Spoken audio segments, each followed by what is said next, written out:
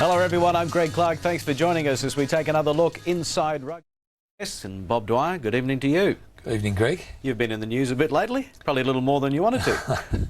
Well, for different reasons, that's for sure. Yeah, well, of course, we'll talk about that in a moment. Bob, of course, was the Wallaby coach the last time the Lions toured Australia. His captain in that 1989 series is also with us, Nick Farr-Jones. How are you? Clarky, excellent, mate. Enjoying watching the tour unfold? Yeah, it's great to be back on a traditional tour. We've had a chance to analyse 6 matches and now it's the business end. If you love your rugby, the next 48 hours, I mean, you're a pig in mud. All right, well, let's check out the Lions' results so far on tour. They started with a hiss and a roar down in Western Australia, the Queensland Presidents 15 and the Queensland Reds. Then the only loss so far going down to a committed Australia A outfit in Gosford, but they bounced back to beat the Waratahs, and then they had that scratchy win over the Cockatoos on Tuesday in Coffs Harbour. But let's talk about the clash with New South Wales. It was virtually a test team up against an understrength Waratahs outfit. It was spiteful at times, a referee's nightmare with 5 yellow cards and a red card handed out, and no love lost between the two coaches, judging by the after-match comments. You've had a little bit of time to reflect on that match and what's gone on in the media since then. What do you reckon? Yeah, well, the unfortunate part about it is that a great match has been marred by a concentration, understandable concentration in the media on a few incidents in the game. I mean, there were 9 tries scored, lots of open rugby, lots of running, some really bruising defence, just about everything you could want in a match, but a few unsavoury incidents, unfortunately, have grabbed the spotlight. Here's Driscoll opening the scoring for the Lions, and he's looked very good. It was always going to be in the Test 15, no doubt about that. Quinnell, well, what happened here? A bit of a brain explosion nicked by Wilkinson. Yeah, look, that was just bizarre, and the timing was perfect with the Wallaby defence that jolted the ball free. I mean, this was crucial that the Wallabies bounced back, at least the New South Wales Waratahs bounced back. We saw Queensland sort of get run all over the top in the first half, but at least, Bob, your team hung in there with some crucial tries. I really thought it could have broken out, and I thought it could have been another 50-point loss at one stage. Yeah, well, it started that way, didn't it? But 5 points when we only had 14 men on the pitch was a big 5 points. Yeah, absolutely. I mean, that time it could have broken out, but you hung in there, and you know, this was a fantastic try from Robinson. He's just shown the great ability to bob up anywhere and score 5-pointers. Well, the Lions led 24-5 at half-time, and you must have been pretty happy with this fight back here. I don't know about that pass there. He's got a bit of shade forward. Yeah, well, I think if I was a member of the Lions team, I'd be disappointed with that decision. But you got to within 7 points at 24-17, and Harris did okay. He was in there, and talk about the reach. Well, he's potentially a very good player, very committed. He's in the Australian under-21 team that's playing tomorrow against New Zealand in the final, or on Saturday, right?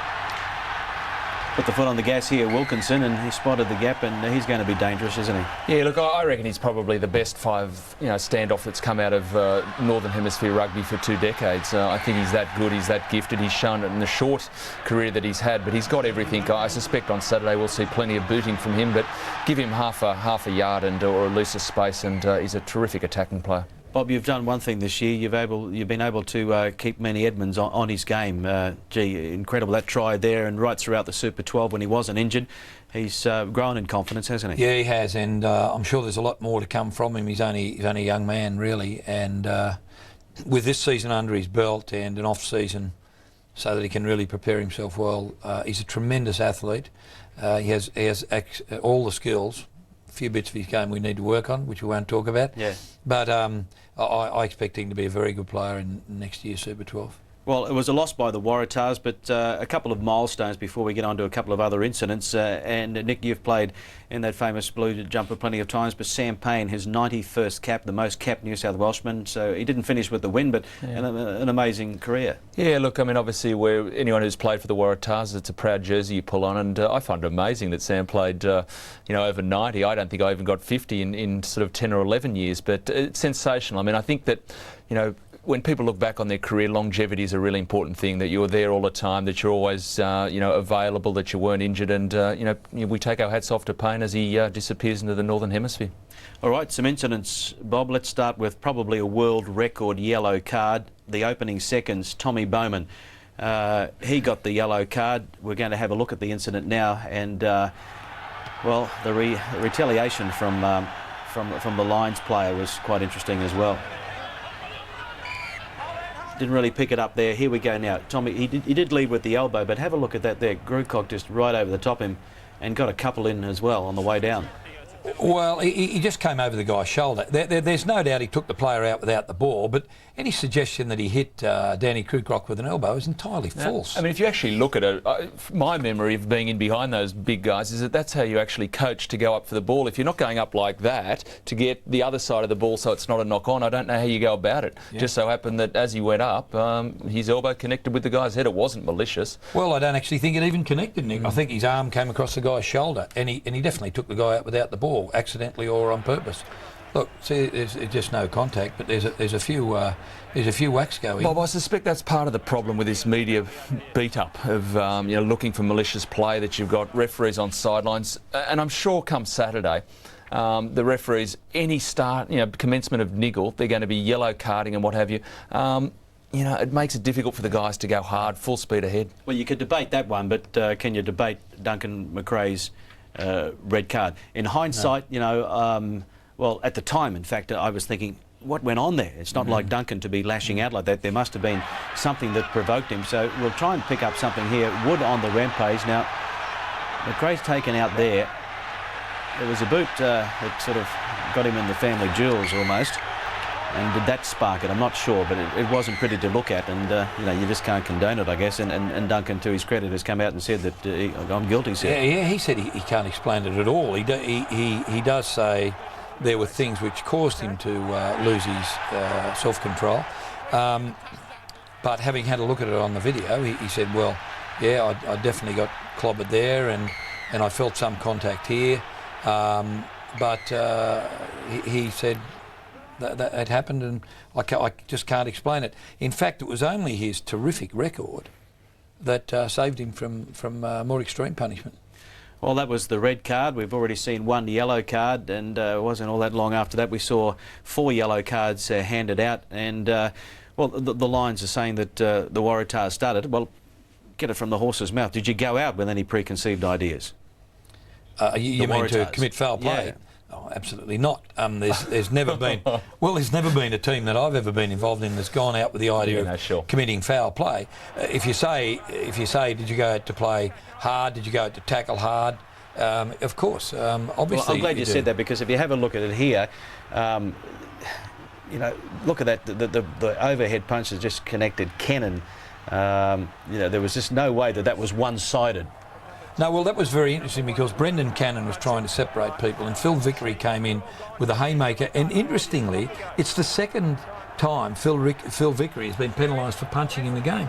Now, according to the laws of the game, that's a red card. Well, have a look at it here. This will give us a very good indication. There was some stomping going on. Cameron Blades went down. Look at that there. He copped a couple of slippers into the mid-drift. And here's punches being thrown. Brendan Cannon comes in here and whammo, he lined him up. Now, did Brendan Cannon throw the first Rugby, punch? That's a red card. In Sydney Club Rugby, if you're the man that comes in from outside a skirmish and does something like that, that's an immediate red card. But to top it off, it's Vickery's second offence of punching in the one match. Now, the laws of the game say that is a red card. Not if you like it, it's a red card, but it is a red card. I suspect come Saturday the coaches will be very definitive to their players, both Henry and McQueen, no punching. At the same time, they'll say, if it started, let's finish it. Let's not have what happened in '89 where we backed off a little bit. But I just hope that, of course there's plenty of niggle in there and there's things that are inciting both sets of players.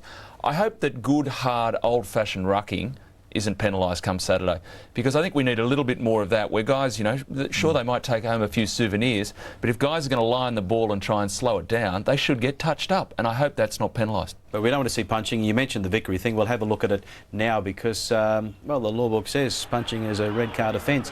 And we're looking at it here. The ball comes out. To go against you for a punch back here, it's a penalty, right? So he's warned. Okay? The touch test report. So he got spotted for throwing a punch, but he was warned. Not even a yellow card. And that's a yellow card. And the second one is a send-off. I mean, I just don't understand it. It's totally inconsistent. Tommy gets a yellow card for absolutely naught. in the way the game's played. But anyway, I agree with Nick. Let's forget all about that business and let's have a very hard game. No punching. I agree with rucking, as long as you get your head and shoulders in and you try and drive your team forward, the other team backwards, and if you ruck someone out the back, that's fine. Standing upright and jumping up and down on top of somebody, that's definitely out. Well, you're all fired up here, so just take a deep breath for a moment, because the Lions coach, Graham Henry, he didn't mess about after the match either. He was a very angry man when he spoke to Phil Kearns. I was very disappointed in the attitude of the opposition, quite frankly. You know, it was like World War III out there. If our guys hadn't have been disciplined, it could have been a lot worse. So it's very disappointing and frustrating, and I'm very angry about it. I think probably the opposition might be disappointed in the attitude of your blokes, conversely. I wouldn't have thought so, Phil. You know, I think we're very disciplined. You know, you have a look at, I'm sure that if you have a look at the tape, it will be very obvious. OK, so Graham wasn't too happy. Bob, final say before we move on? Well, we did have a look at the tape and it was very obvious. Yeah. OK, end of story.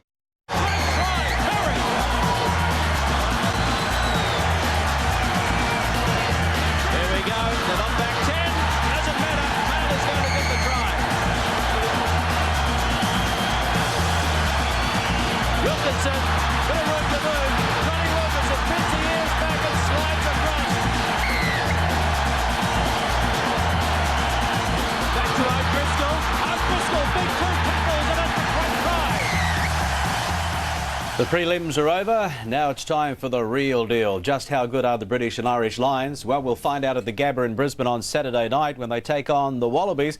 And here's the lineup named yesterday by the Lions coach, Graham Henry. The big surprise in the pack is Martin Corey, a blindside flanker. He gets his chance because of the rib injury to Neil Back. So Richard Hill moves to the open side. In the backs, Rob Howley won the number 9 jersey from Matt Dawson. The All-Ireland centre pairing of Henderson and O'Driscoll got the nod. Jason Robinson continues his dramatic rise on the wing, and Matt Perry is fullback ahead of Ian Belshaw. Well, Bob, you can have first crack at it. What did you think of the 15? Well, the big worry for me is the fact that Martin Corey has been picked because he was omitted from the first 37 tourists selected. It's a pretty big number of tourists, 37. And Martin Corey couldn't get a start. And everyone in European rugby knows what a great player he is. And I'm disappointed to see that they're smart enough to pick him. OK. Tom Smith in the number 1 jersey? Yeah, big surprise, because the word out of the Lions camp after the first couple of games was that Tom Smith wasn't doing the work around the park that they'd chosen him to do, and his work rate stats didn't show up very well at all, and I thought he'd fallen right out of favour, and his resurrection lines up something like the first one. OK. Well, it's been an unhappy tour for fullback Ian Belshaw so far. He came down under as the first choice, number 15, but he's lost out to fellow Englishman Matt Perry for the first test, and Lions coach Graham Henry says it's not the end of Belshaw just yet. I think, you know, we're playing at a very high level of competition here, and Bolsh is going through the apprenticeship, and I'm sure he'll play some outstanding rugby, hopefully before this tour is over, but certainly in the future. And it's just a stage in the development. Matt Perry's played more games at fullback for England than any other player in the history of the game. Very experienced.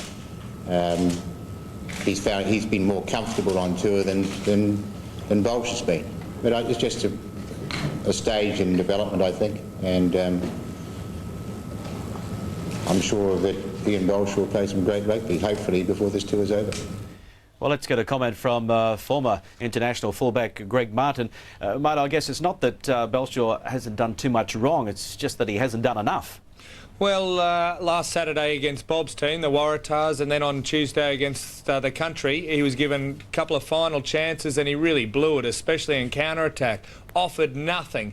And I think when the Lions got here, they figured Belshaw would be at full-back, Dan Luger would be on the left wing, they'd have Greenwood to organise the defence, and they have Neil Back to do their scavenging. I think all of a sudden it's been blown out of the water, their attempts to play wide, and they're going to have to keep it tight.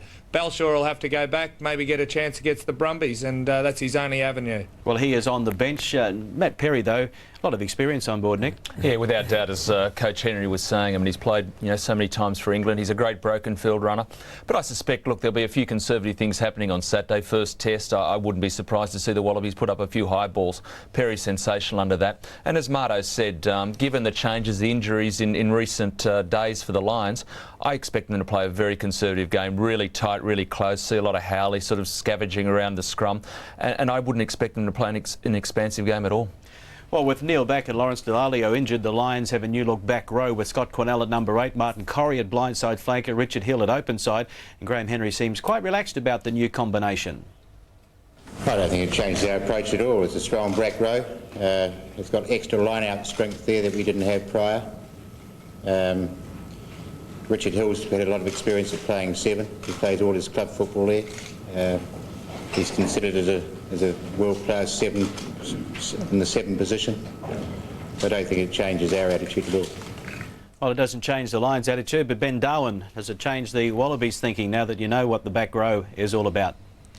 Well, as a prop, I don't know too much about back row play, but I think that whoever they're going to put out there is going to do the job. They're going to go hell for leather, and let's not forget all of these guys are internationally proven footballers.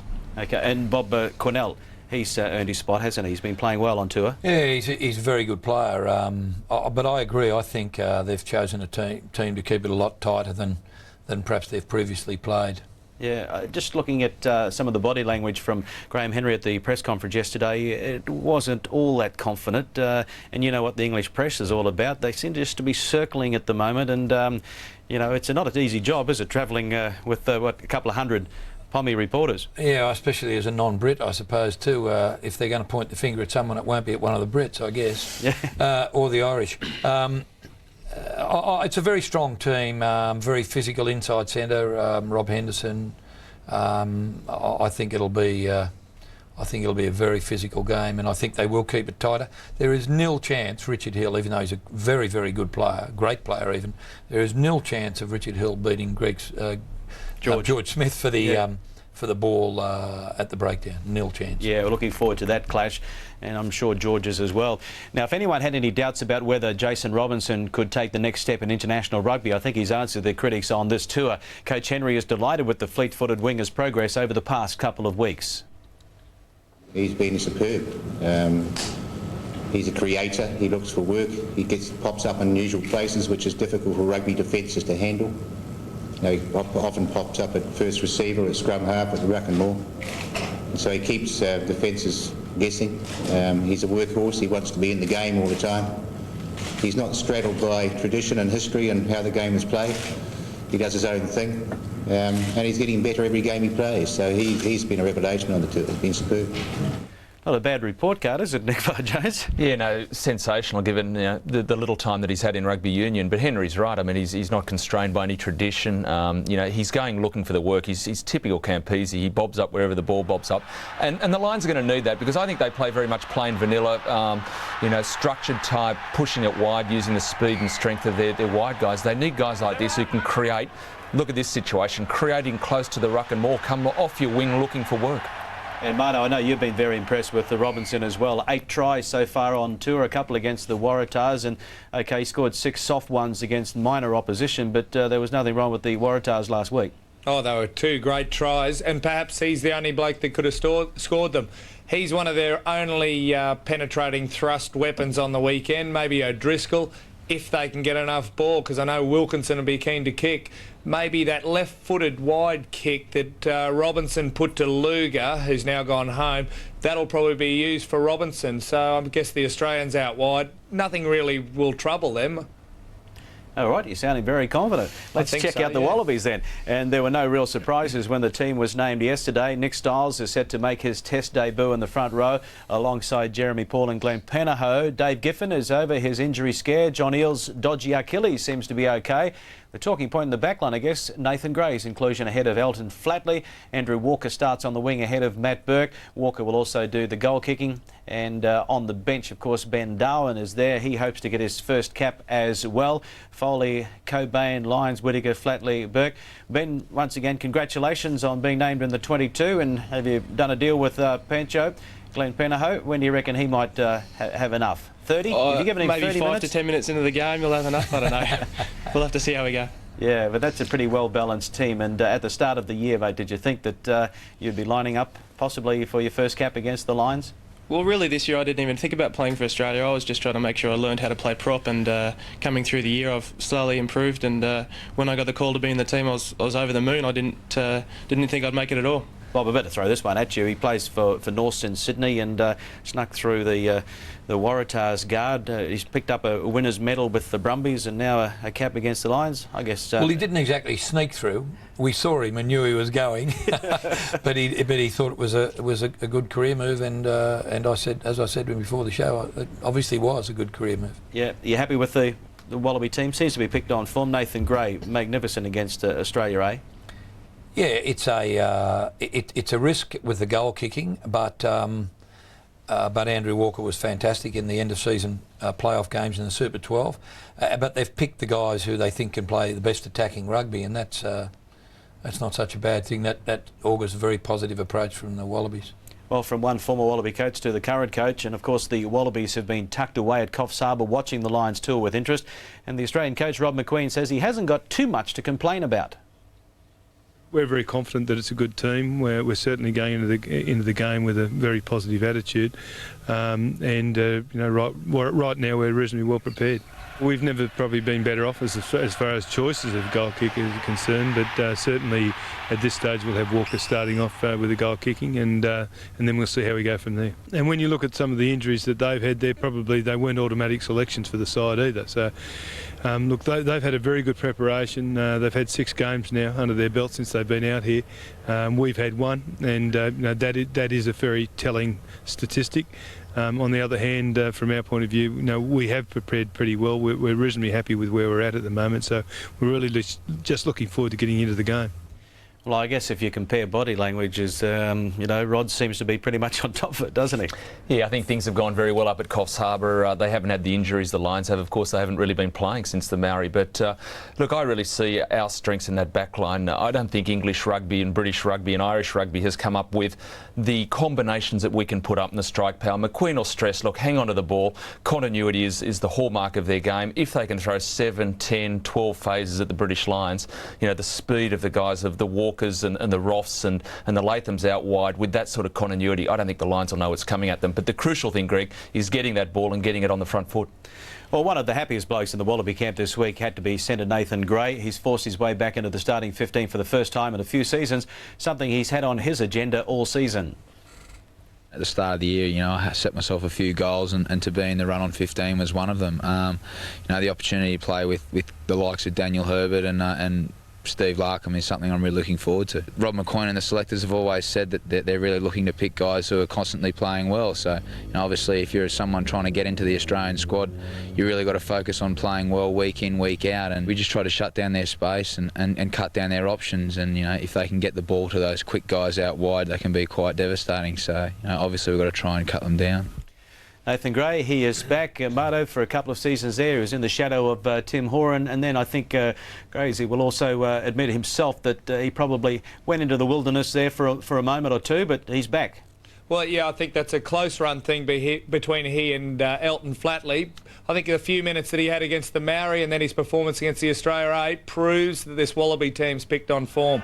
Wonderful form late in the season, so I think he deserves to be there, and he'll be the man to shut down O'Driscoll in number 13 for the Lions. Mardo, we just saw him winning a line-out ball there as well for Australia A, but here's some defence here, and it was crunching, wasn't it, against the touring Lions at Gosford? Well, it'll be O'Driscoll at outside centre for the Lions that'll be one of their major thrusts, so it'll be Nathan Gray who's called upon to shut him down, plus he'll have to protect Larkham a lot of the time, carting the ball up in first and second phase, and then Larkham will take over with his sliding runs after that. Winger Andrew Walker is pretty happy about his chance to start in a test as well. Even if he's a bit anxious about his goal kicking, he can't wait to have a crack at the Lions. This is a chance of a lifetime. You know, these blokes come over every 12 years, and you know, for me, this is a great honour for me to play the Lions, and mate, and I just really can't wait for it Saturday night. It's going to be, I'd say, a sellout crowd, and mate, and you really don't want that pressure. You know, you don't really want that pressure on you, but you know, I'll take it in my strides, mate, and I'll accept it if I do have to do the kicking. Well, Ben Darwin, if I could ask you. He seems to be just a little bit of a loner. Andrew Walker just keeps to himself but delivers on the park. How's he been this week as far as, you know, the team goes and his reaction to selection? Well, it's typical with Walks. You really can't tell what's going on inside his head. I just think in the final he really proved himself as a goal kicker under what was enormous pressure, and I think he'll do the same this weekend. Mate, was he the only Wallaby I've ever seen wear a hat to training? He doesn't seem to get it knocked off. Well, he's too quick, exactly. No one's touching him.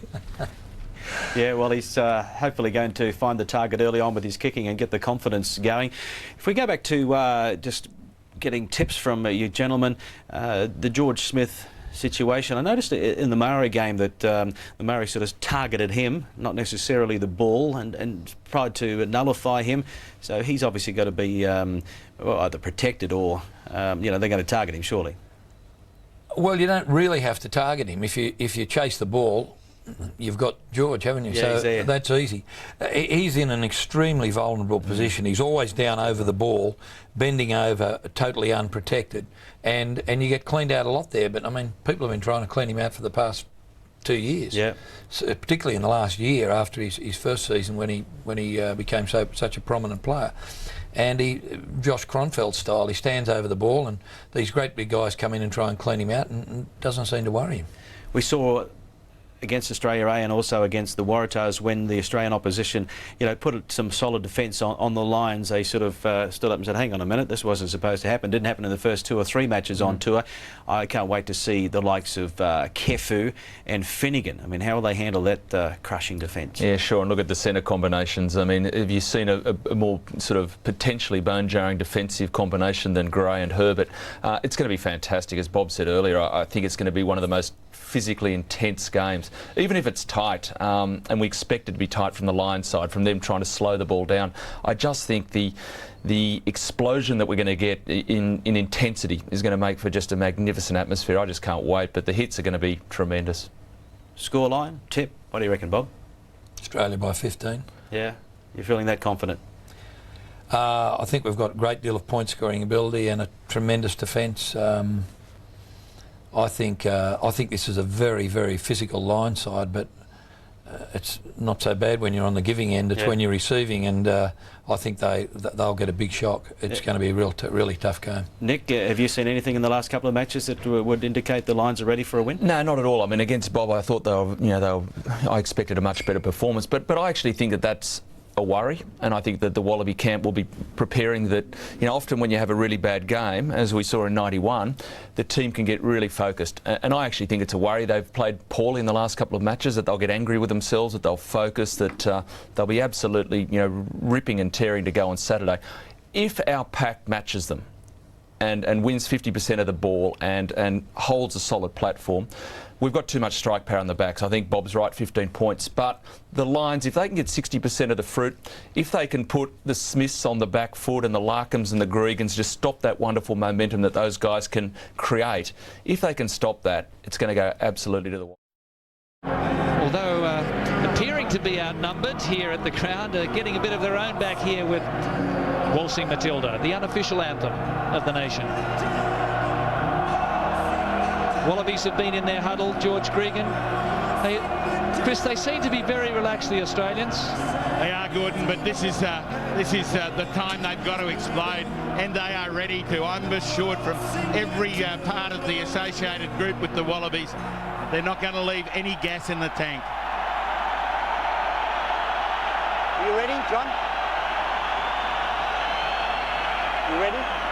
The Lions and Australia, 2001. The first test match at the Gabba in 50 years is underway from Johnny Wilkinson's left boots. Eels is high, and George Smith gets an early touch. Stephen Larkham had to go into scrum half as George Gregan was caught up there. Todai Kefu back to Latham's left boots. And that's a booming kick. Well, the maul had been formed. So the Lions now get it wide. O'Driscoll. So adventure early on from the Lions. They're attacking Australia out wide. Here's Robinson. He's around Latham. Oh, what a sensational start.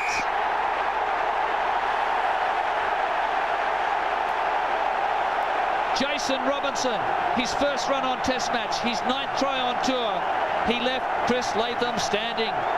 Well, the crowd roar, and they deserve to roar. What a fantastic try by the Lions. Quinnell, good pass, comes wide. Robinson, this is poor defence by Latham at fullback, but Robinson is an exceptional player and gets round him.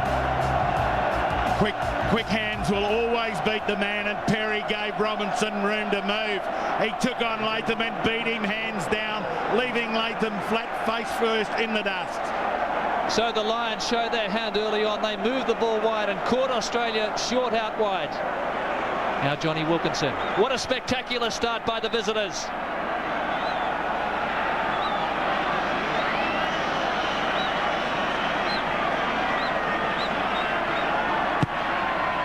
And he struck it nicely, but just out to the left-hand side. 5-0 to the Lions. Latham. Offside play there by Australia. Jeremy Paul was in front of Latham, then didn't let go of the ball. And this one is within kicking distance for Johnny Wilkinson. Clever kick, Rob Howley. And a good 45 metres out here, and just 5 metres in from the far touch.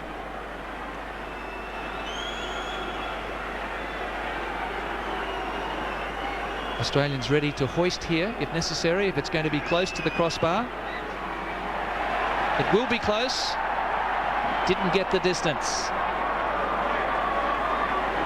So none out of 2 for the sharpshooter, Wilkinson. Lions inside their quarter. Rob Halley. Gun coming from the side. Again. No debate. Go back, please. They haven't joined. On his feet. They haven't joined from the back of the ruck. From the last feet, they've come in on the side of the ruck and are penalised for that error for the second time. Big moment here for the Dalton sheep farmer. 5-3 in favour of the Lions. Australia hits back. Didn't the Wallabies need that 3 points? What an onslaught from the Lions, the first 15. Well, David Gittins had a hell heap of heavy strapping put on his heels. A hand on it there from Grucock. The referee missed it. Looked to be a knock on. He's Roth. He had no option. It's the quality of Keith Wood. So much pressure. He's so smart to get through there and just create havoc. Keith Wood's father played for Ireland with the great Willie John. Gregan doing plenty of talking. Ball was out. John Eales read it well. You can't do that. That was fine. You can't do the tackle and play the ball on the ground. That's a mistake. John Eales wasn't on his feet. No problem. Playing the ball on the ground after the tackle. If he was up on his feet, he would have been okay, says the referee. Fair call. Watch Eales. He gorillas him. Whilst there, he's able to pull the ball in the tackle as he goes and pull it back over the top of him. You can't play it. You can make the tackle, but you've got to be on your feet before you can play the ball.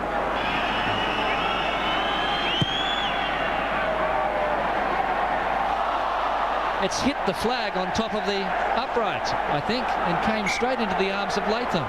That's where the fireworks came from and the spectacular at the start of, and also their ball handling.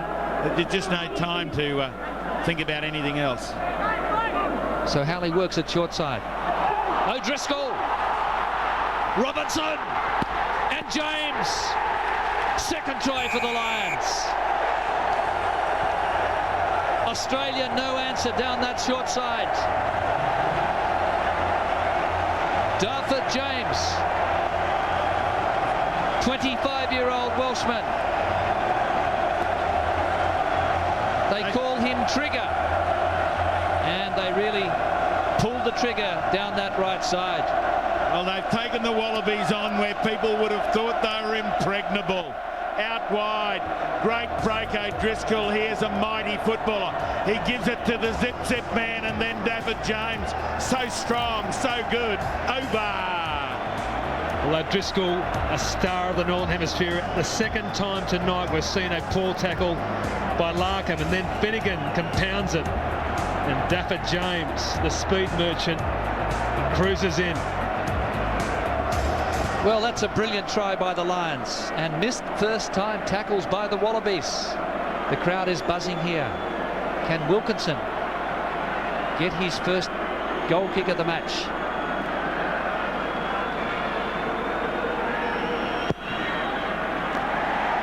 Crowd is happy.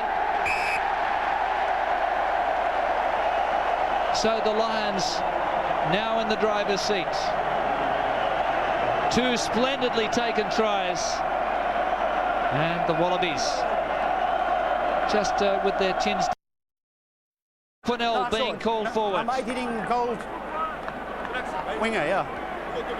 It's fine. I want number 8, please. So Scott Quinnell is the culprit. Andrew Walker was taken out. Listen, fellas, I know decoy running is confusing, but you hit him behind the ball. It was not like they were ahead of the ball.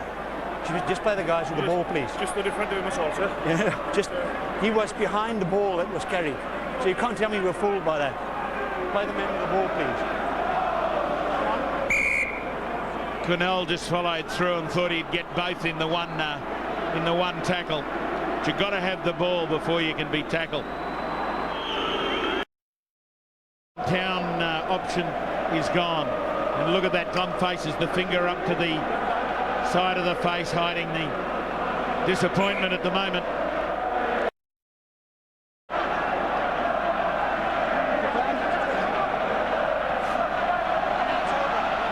Here we go.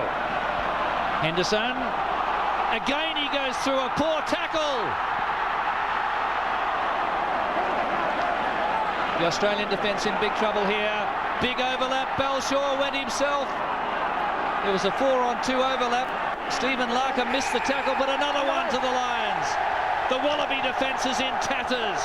Well, Scott Quinnell, the man from the Valleys, went to league, came back, and has made a huge impression back in rugby and with Wales and now the Lions. Again, it is the midfield defence which has provided a problem of huge proportions for the Wallabies. Henderson this time making the break. Watch him go, shows the ball and just through.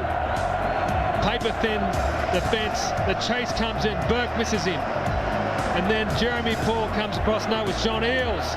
Great tackle from John Eales, and then Rob Howley sets the ball through to Belshaw. Ball comes back, and there he is. Quinnell's got the ball, drives through, try. Great try, Quinnell. And Jeremy Paul not good at all. There's Jeremy Paul in there, he's now got his head tucked in there, and bang. Huge pressure there, see the twist. Grewcock just twists him round, and it looked nasty, and it was Dr. Michael Jamieson attending him. So Foley's ready to come on. Chris, take us through these subs who are standing by. Well, Flatley's the first one to come on, and Foley, of course, for Jeremy Paul. But Flatley will be on for Nathan Gray. Ben Darwin still patrols the sideline. It may not be long before familiar territory. They're still just stunned by this onslaught from the Lions. Even the normal things that work well for them have turned to absolute Still there. Walker's trying to do things as first receiver. Great try to Matthew Burke. I'll go to the video referee, but I think it'll be in vain. So was he in touch? It's the video referee to decide. So although his foot may be touching the line there before he got it down, they're looking at the in goal, as you say, Chris. Yeah, you, Kelvin. I got you. All right. Okay, thanks. Line out. So they've ruled. Red ball. Playing advantage, Andre? Lions really attacking the ball. They pinched it. Quinnell. I've got him, all right? I'm going to do it. There's a sin bin here. Did we get a number on that? Second time Scott Quinnell has played the ball on the ground. And why does he look puzzled? Are you number 8? Are you number 8? Yes. Okay. He'll go to the bin. I can't see the number 3 it says. That's a borderline one. I want you guys to stay positive. You tackled, then you came in, but it was a ruck. Okay? Identify the face and come in from the back, please. I made the tackle, sir. The Lions fortunate there, they didn't. In midfield, very good from Wilkinson and Henderson on Herbert. Time out. Now this is going to be a yellow That card. was enough. You're going. Enough is enough. Professional and continuous. Repeat it. Well, just under 20 minutes to go. Martin Corrie departs the scene. Wallabies foot down. Martin Corrie has been a terrific player in this test match. Very highly rated by Bob Dwyer. Came in late from the tour.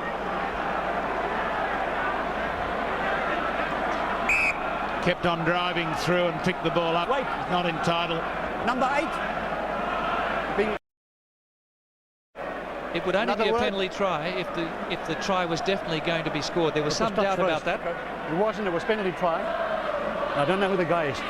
But they got to start playing on the ball right now. Another word now.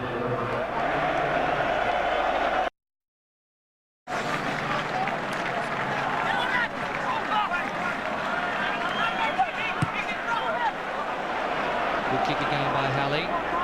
Only one chaser though. Is Burke. Burke's been very positive tonight. Flatley, Gray, Walker on the angle! What a try! He did it against the Maori. And Andrew Walker has left the defence standing. A consolation for the Wallabies. Well, at long last, some joy for Australian rugby supporters out there. It's been one-way traffic tonight in the Lions, but this is a good try. Flatley has played well since coming on. Just Andrew Walker hitting the ball at speed was the key to it. Just wraps around Balshaw, no chance of stopping him. Great ball. Good work by Nathan Gray. Great pass, and Walker in a hole is unstoppable. Balshaw had the speed to cover him, but he cut back inside.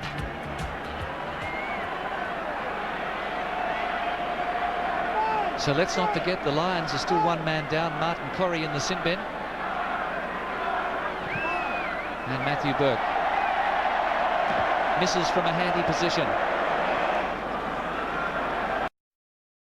And Gregan and Herbert. 5 phases for the Wallabies. Here's Finnegan smashing through. Flatley. Overlap here for Australia. Joe Roth. There it is. Nathan Gray. Australia hits back again. 2 tries while Corrie's been in the sin bin.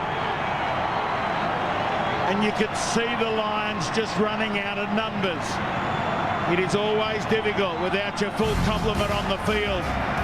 One gap, great passing, a lot of pace, draw the defence. Nathan Gray, go you good thing. Nathan Gray redeeming himself. Had a pretty ordinary first half, but excellent passing here from the Australians. Watch how Gray positioned himself there. Passed back by Joe Roth. That was good play.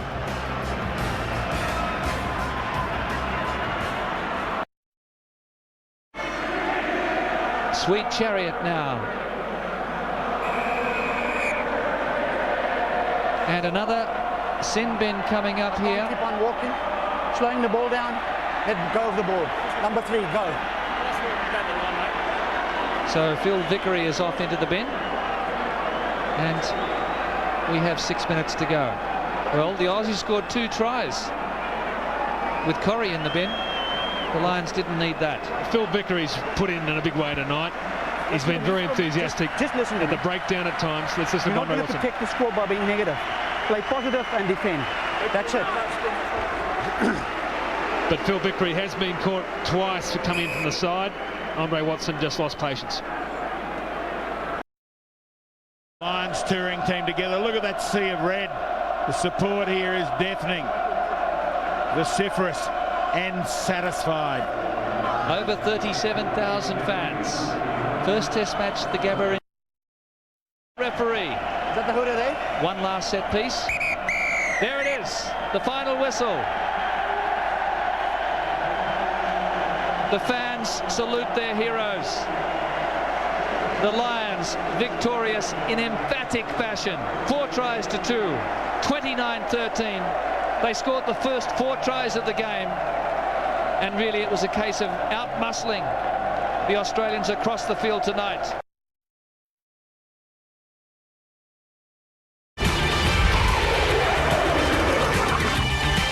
The Lions arrive and they are saluted by their army of fans. What an adrenaline surge for the players and the crowd here. There's the Lions line-up tonight, just the one change that beat Australia in the first test. Neil Back coming in after injury. He had a rib injury, comes in for Martin Corrie, who goes to the bench. Corrie, arguably one of the very best players on the field last week. And also Richard Hill switches over to number 6. It's an unchanged back line. But the Wallabies led out by Dan Herbert. 50th international for him. And you can see it in the faces. Very focused, very tense, in contrast to last week where players were smiling. One even winked at the camera. Not tonight. This is deadly serious business for the Wallabies. There are no second chances here. They simply have to do it. There's the Wallaby lineup. 2 changes in the front row. Injuries to Jeremy Paul and Glenn Panaho have paved the way for Michael Foley, the veteran, and Rod Moore, who comes in for his second test. In the backs, George Gregan passes Nick Farr-Jones to become Australia's most capped scrum half, and that 50th test for Dan Herbert. The South African referee, 34-year-old, born in Durban. He's been whistling since 1984, with a whistle that is, and he made his test debut in 1996 in a very distinguished match between Zimbabwe and Namibia. Bundaberg Rum Rugby Test Series, Colonial Stadium, Melbourne. Here we go. Johnny Wilkinson. A high testing ball. Herbert was there for Australia and took ownership. Here's Larkham. From inside his 22. And that's a good confidence booster. A nice platform there for the Wallabies from the opening kickoff.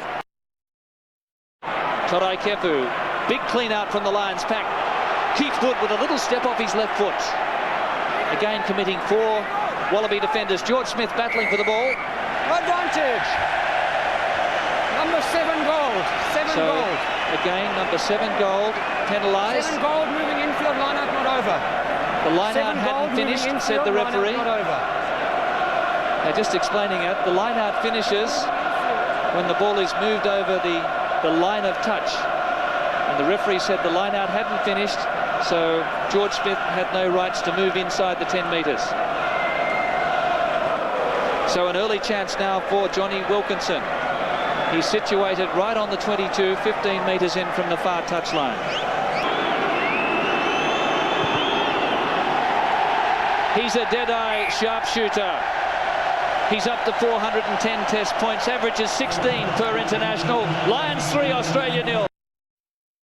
Sandy Carmichael, 5 facial fractures. Well, it's been pinched by Giffen.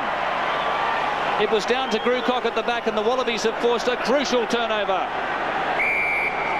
Come here. Get back. Get back, please. Get back, just get back. Just come here, please.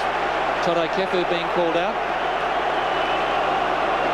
The player holding. Listen. No. He wasn't. He couldn't get away. You're using your boot unnecessarily. You know about it. Don't do it again. It's foul play.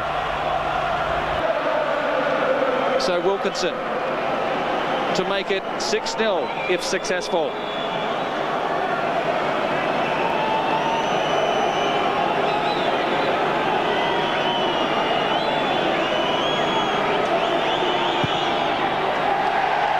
His success rate with his goal kicking on tour is up to 83%. And so the Lions have all the points on the board after 12 minutes. Well, territorially and possession-wise, the Lions have dominated the first 12 minutes of the game. Mark up, present the ball at the back of this properly. It's a good solid scrum. Howley's come through offside. This is Kefu. They clean out. Joe Roth. Nathan Gray hammered. A penalty in front of the post for Australia. Well, you saw Robert Howley, the scrum half, follow through. He has to stay behind the ball when he's following through, and he was just too keen. So this is a certain three-pointer for Matthew Burke. The Lions players can't charge it. When it's a penalty, you can't charge. You can charge it from a conversion of a try. 3 points the difference here as we're almost through the first quarter. The Australians must be mindful that the referee, Jonathan Kaplan, is keeping a very, very tight control in the game. So if it comes to a half chance out there, you should not take it with the penalty. Looking out wide for Hill. Walker's there. Richard Hill waiting out wide on the wings. Well, O'Driscoll's and all sorts of problems back here. Courageous take out of George Gregan's hands, and he's really suffering. Wonderful vision by Johnny Wilkinson, the Lions number 10. Saw the opportunity wide and punched it into the gap. So man of the match, O'Driscoll, in trouble here. Let's hope he's okay. It's the Lions leading 6-3. O'Driscoll fell very heavily. Hopefully he's just bounced his head on the turf. Play goes on.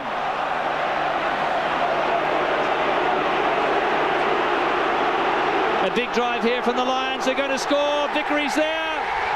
Let's see who comes up with it. Neil back. Well, put this try down to Johnny Wilkinson. The vision to get that ball into the corner. Andrew Walker, no choice with Hill on top of him. And Chris Handy, that is why Neil back, one of the main reasons he's been brought back into this team. He's a superb mauler. Well, Tua Gooden, the juggernaut for the Lions, has been in their driving maul.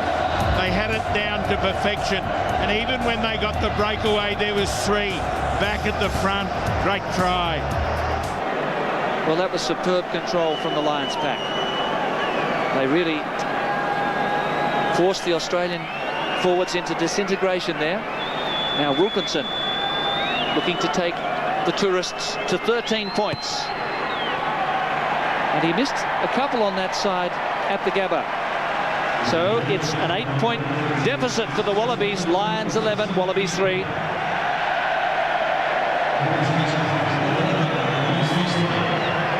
So a big psychological blow delivered there by the Lions pack, and Neil back. What an enigma. Johnson the tackler. Keith Wood now hacking away. Nathan Gray couldn't pick it up. Penalty Australia. And Larkham hit high. Just be careful the arm. The trailing arm. Let's have a look. Please. A tackle cannot be above the level of the shoulder line. Watch Johnson. Around the neck. And he didn't let go, did he? I hope he's still got his Adam's apple there. But Stephen Larkham certainly cops plenty from the opposition. So crucial, this kick from Matt Burke. So here's the AXA angle now for Matthew Burke. The apparent goal width is just slightly less than the real goal width. He's just off left of centre. And there's no wind, of course, because we are under the roof. 35-metre distance for Matthew Burke. And a badly needed 3-pointer. This is the one that Australia missed last week against the Lions.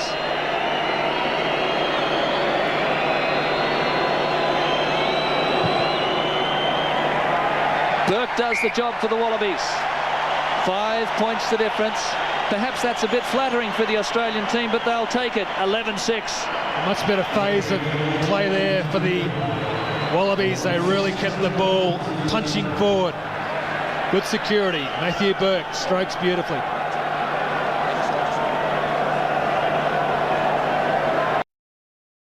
Having passed Jonathan Webb. This is Larkham. Needs support. Did he release? He didn't. Penalty to the Lions. Support was too slow. Okay, leave it 2 gold. No. So Larkham Don't get involved. Don't get got involved. back there, he released and then brought it back in. That's the problem. Look at those line breaks. Lions 5, Wallabies 0. Good tackle from Perry. Goes to ground now. He releases there and then comes back in. Big kick for the Lions and Johnny Wilkinson.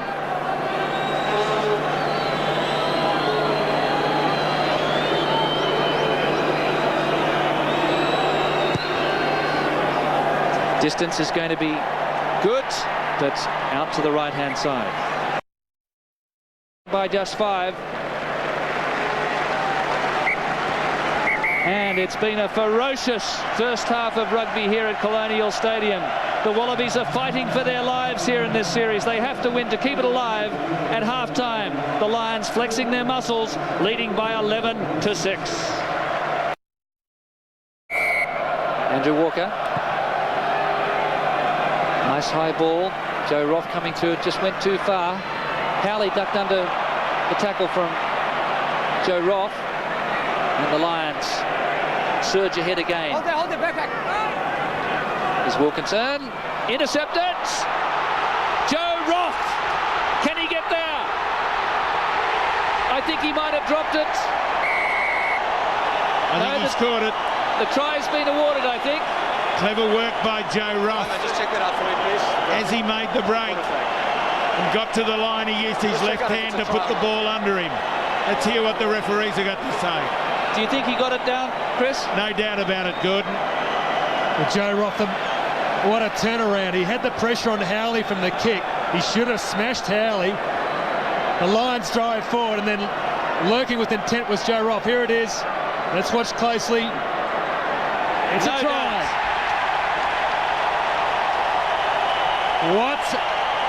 What a well-timed try by Joe Roth. They needed it so much. Try time. 23rd international try. The scores are level, and it was an opportunist intercept from Joe Roth against the run of play as the Lions had an overlap on the right, and that's a huge blow struck by this Wallaby team. Watch Wilkinson. Wilkinson tries to get the ball wide to Henderson. Joe Roth, he got an intercept last week, didn't quite get there.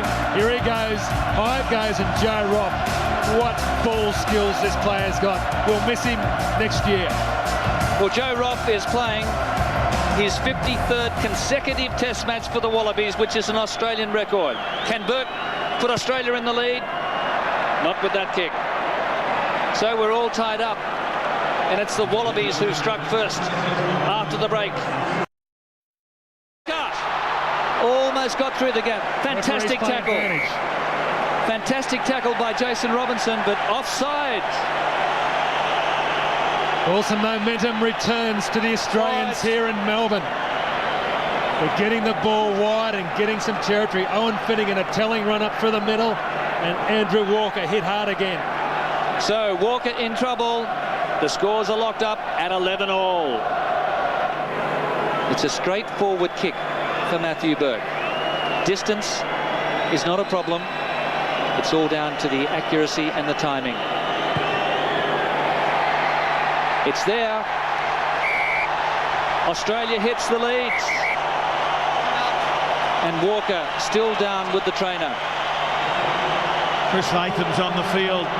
He probably will go to fullback, and Burke may go onto the wing. Andrew Walker so upset about leaving this arena. Well, he's a very proud Australian, Andrew Walker, and he's certainly done a sterling job for his country tonight. To the Lions, Australia has produced 8 unanswered points in the first 6 minutes of this second half, and Australia's pinched the ball. John Eales. Well, the Lions scrum folded. Gregan now. Larkham. Roth again. Joe Roth looking for number 2. What a score. What a pass from Larkham.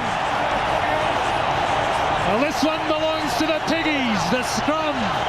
They drove the Lions. They twisted them. The ball pops out. John Eales the ball, drives forward, provides the break, and Joe Roth, number 2. Go for it, Buddha. You said it, Simon. They smashed him in the scrum. Then they moved it wide, and the zip man, Joe Roth, down the line, wide of James. Go, you good thing. They're back. The Wallabies are here, and the stadium's gone off. Try number 2 for Joe Roth, and he has blitzed them. Duffer James, left standing, so too Jason Robinson, and a blistering score by the Wallabies.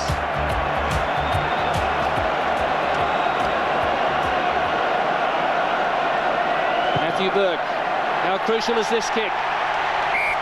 Australia suddenly out to a 21-11 lead, a 10-point margin. Watch Steve Larkham. Larkham is really starting to come in his own. Beautiful pass to his ACT Brumbies teammate, Roth. Daffer James should have got him. Jason Robinson totally bamboozled. The key was the timing of the pass from Larkham. He drew Daffer James in. Australia hold their ground. Nathan Gray, tackled by Howley. 7 from halfway. This is Giffen, supported by Eels. Hasn't the Australian captain stepped up tonight? Come out, come out, come out. Get back. Come out. Just come out. So Nick Stiles being called out here. Well, Nick Stiles is losing his cool here, but Quinnell's just lying all over the ball. Let the referee do it, though. That's the problem. Nick Stiles knew what the warning was from the referee in the first half. Yeah, exactly, and I'm happy. Initially, when you ruck him, he moved away. Then this guy's carrying on with it. Remember I spoke to you before about number 8 doing it? They're doing exactly the same thing. The next one is a yellow card.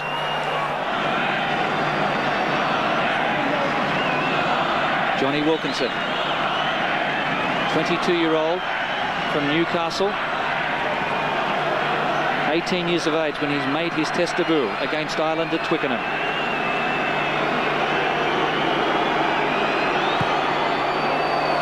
It looks okay, but has it got the distance? Falling short. And Chris Latham putting in his left boots.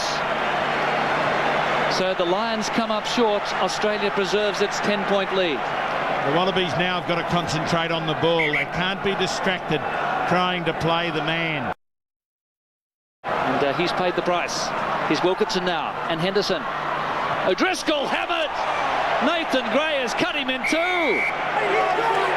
Sensational tackle. Okay. That hurt him. No, just go back. Well, this is amazing how this match has turned around. The Lions scored 17 points in the first 12 minutes after half-time last week. The shoe's on the other foot. Well, Brian O'Driscoll, he's tough. He got straight up from that. Gray had missed his mark a couple of times in the first half. He just nailed him that time. Adam's apple has just about popped out of his mouth. But O'Driscoll is good. Just take a step 5. Thank you, 5. 5 red. Well, haven't the Wallabies shown their true mettle here tonight? They absorbed a lot of that first half pressure. And they really upped the ante in this second half. Great pass to Roth again, almost through the gap. Just taken there by Corrie. This is Kefu. Now Henderson, lost ahead by the Australians. Referee plays advantage. Howley, they're looking to counter. And again, it's still alive. Knock back, play on for the Lions. Well, they had big numbers on the right. Duffer James on Roth. Roth stays with him. And again, swarming defence. Stephen Larkham and Dan Herbert on Balshaw. The Australians covering in numbers tonight. They saw their sins last week. Clean breaks, but this time round, Duffer James tried to get a player looping round him, gets the ball. It's the enthusiasm from Larkham that I think that sparked it. It's just kept coming, passed, backed up, slid sideways, and he's right in the contest. There's still a long way to go. 26 minutes and 32 seconds. 22-metre line. Infringement by the Australians, taking them all down. Have to do better than that. Well, Owen Finnegan shouldn't shake his head. He did lie all over the man there. Neil Back was the real architect of that driving forward. The bottom line is he has to put it through the middle of the sticks.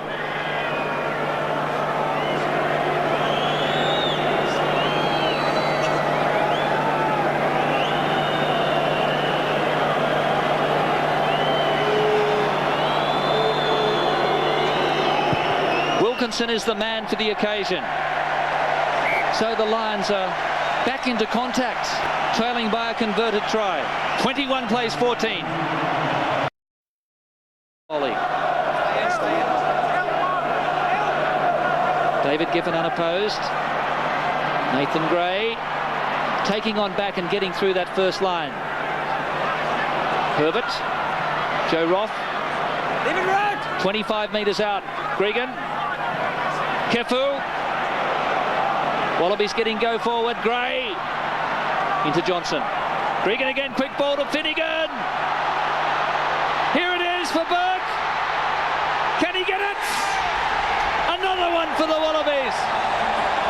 Owen Finnegan pulled the ball in and then produced that miracle pass for Matthew Burke. The men in gold hitting the line of red like missiles. And Owen Finnegan, a big missile. He gets it there, through there, a beautiful pass. Gregan finds Kefu. Gregan then has the vision and can send it blindside. Nathan Gray down, quick ball. Here he comes. Finnegan smashes through Henderson, gets the ball wide. Matthew Burke through Robinson, through Henderson, try time.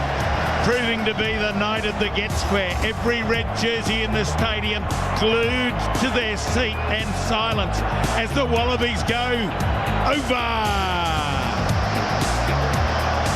Well, how good. Tackle. Wilkinson missed it. Here's Larkham again. Off the side of his boots.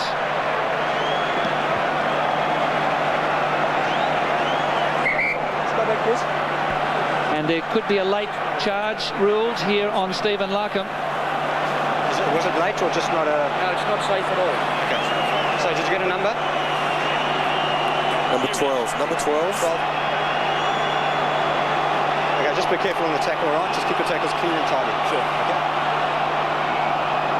Steve Larkham has been targeted the whole game. Like, how is that? That's a shoulder charge and high.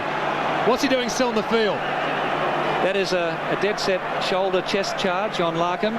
Dangerous tackle. Butch James will be proud of this one. Well, the Australians may have been... The Australians have been lucky to maybe keep players on the field at times as well with some of their persistent infringement, so...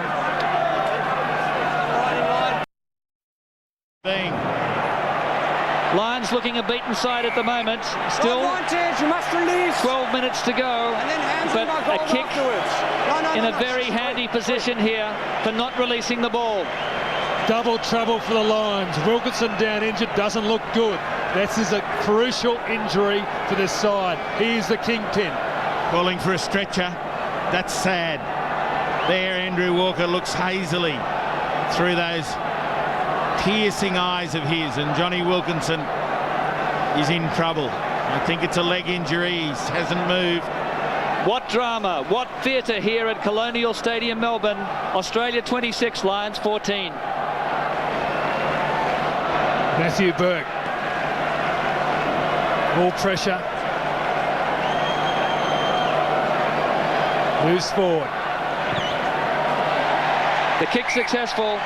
Australia out to a 15-point lead. Here's the incident again. Back came in for the tackle with Woods. Just his knees have clashed together there at high velocity. Let's hope it's not anything like a cruciate ligament. Just see his leg gets caught. Unbelievable. He goes in to make the tackle and spins round. And just lays in the one spot, just holding his head. Agony.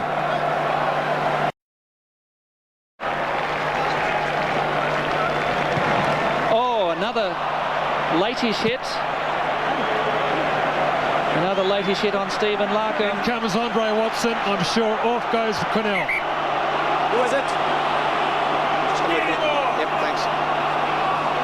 Just watch the shoulder charge, okay? So Sun is the number 12 earlier. Just the hands, you've got to use the hands, right? Yep. And the toe shot. The rule states you have to use your hand. Two players have not used their hand and hit Steve Larkham. When's it stop?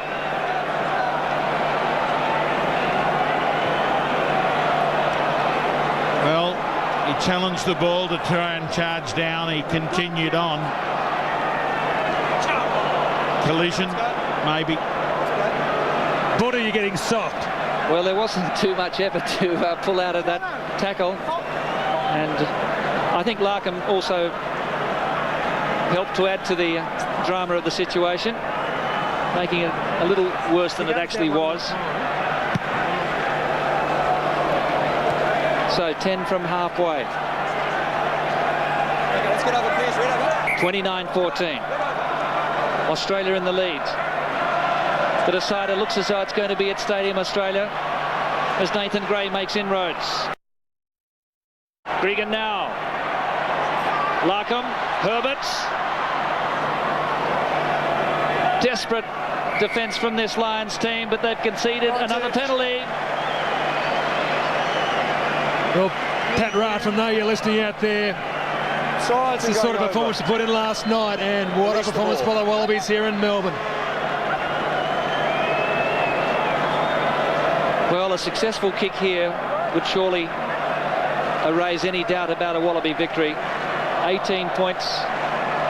Impossible task for the Lions in 6.5 minutes. Clock has stopped. And Elton Flatley looking to come on here. And the cheer goes up. Wallabies, Wallabies. This crowd is on fire. And Stephen Larkham departs here, and he gets a hero's ovation. He showed all of the Anzac spirit and bravery. Still carrying that right arm very, very low. He's battled on under great difficulty. And he showed his championship qualities as Matthew Burke hammers in another nail. 32-14. The Wallabies have taken it to Stadium Australia. That's where the series will be decided. Burke. Lions sent backwards. Dawson on the field for Howley. Advantage being played. The referee called it high. Well, just a minor altercation here. Frustration for the Lions. If Australia was comprehensively outplayed in the first test, it's been the exact opposite here.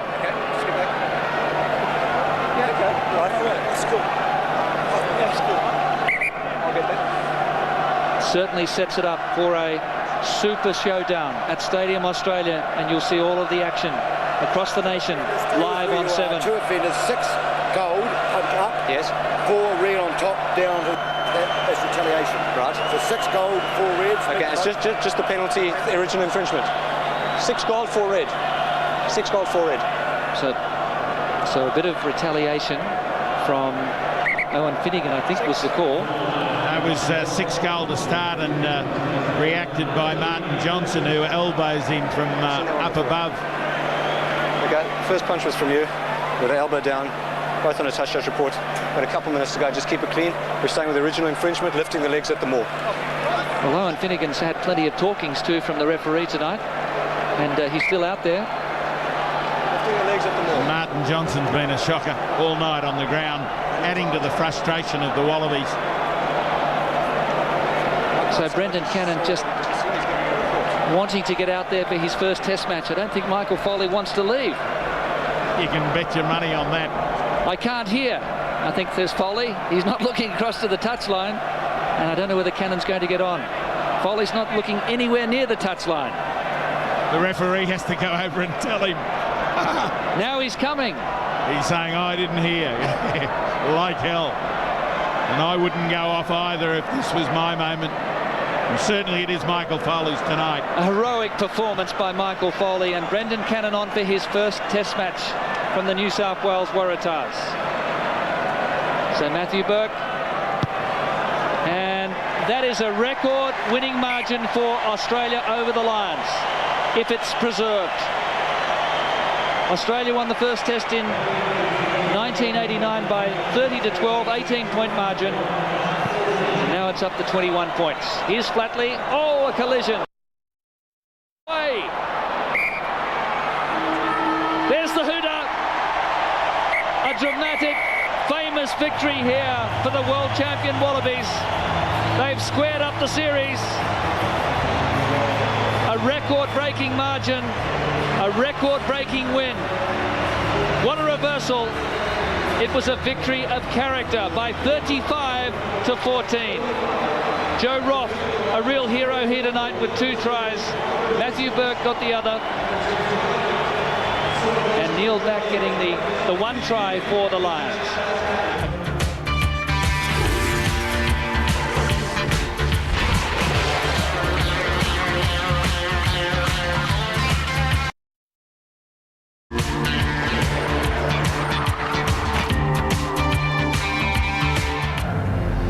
And now, Martin Johnson leading out his Lions. These players will disband after this game and return to their countries. This is their last shot at the big prize. Once-in-a-lifetime opportunity. Scott Quinnell, one of 2 Welshmen in the side, and Neil Back. But Martin Johnson, with the team mascot, arrives at the Olympic Stadium.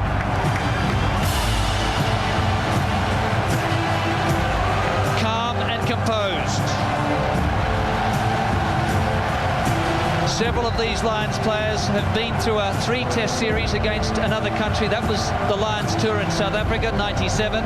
Johnson led that tour. He's the first man to lead back-to-back Lions tours and hoping to be the first man also to do it twice in a row. But as we look at the Lions team, and in the front row, it's the same tight 5. They're led by the experienced Keith Wood and Captain Johnson. Curry coming in at number 6 for the concussed Richard Hill. In the backs, Dawson replaces the injured Howley, whilst Healy is a late dropout and Darford James comes in. The crowd set to erupt. It was Daniel Herbert in his 50th test last week. This time, Matthew Burke on July 14, 2001.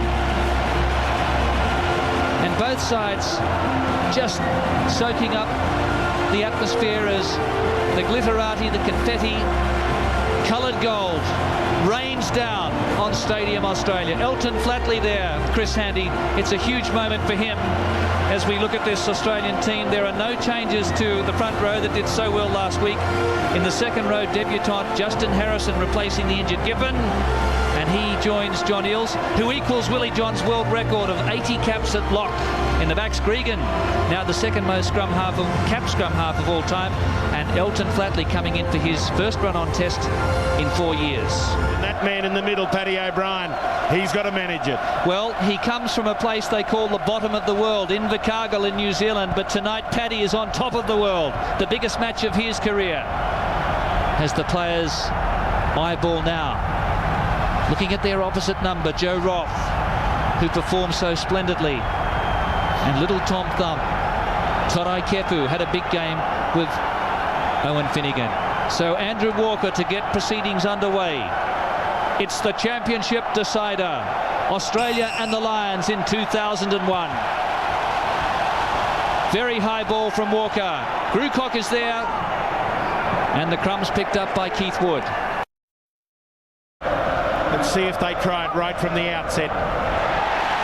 Pinched there by Justin Harrison, his first touch in a test match. That's a big strike for the Australians.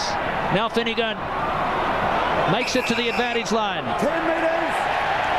Now, they've been ruled offside, coming up inside the 10 metres from the line of touch because the line out had not finished, says referee Paddy O'Brien. Early penalty, Australia. And good tactic too, taking the pressure off Flatley, basically getting to Finnegan. Finnegan takes the first ball up, gets smashed, but they're offside.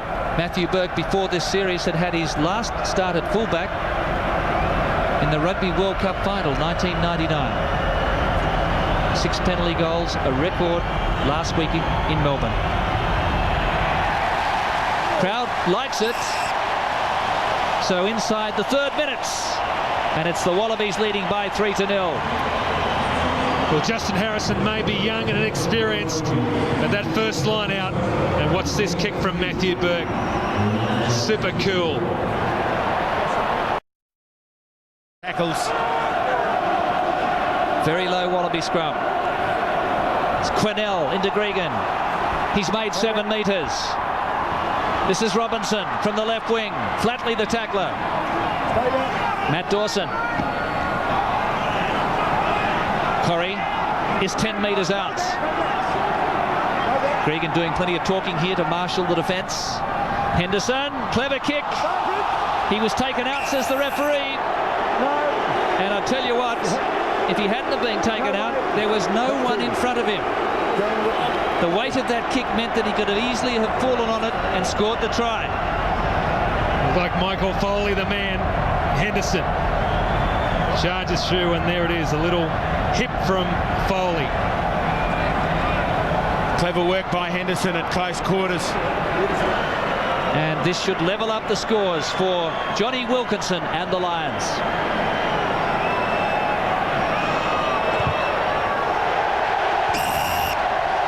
Listen to the roar. This army of Lions supporters, unofficially estimated at somewhere near 40,000 following their heroes here down under. Brilliant try at the Gabba.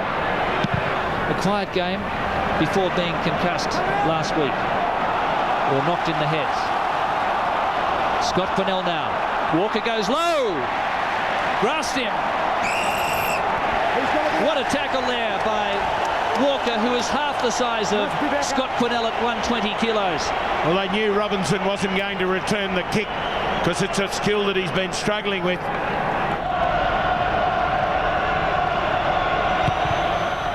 Matthew Burke's on target. Second success for the Aussie fullback. He continues on his point-scoring spree. 6-3. The Australians ahead, but good attitude from the Lions. They want to spread this ball tonight. Now, once you're on the ground and there are players on their feet from the opposition side, you must let it go. And there's Harrison and Johnson. Well, Justin Harrison keen to get into the action early in his Test debut. Justin Harrison did well, then he restrained himself with a real hold in his throat. Your number 4. Fantastic work, George Smith. Forced a turnover. Watch him. Ball comes forward. George Smith in over number 7 now. Quinnell doesn't release. That's where the penalty comes.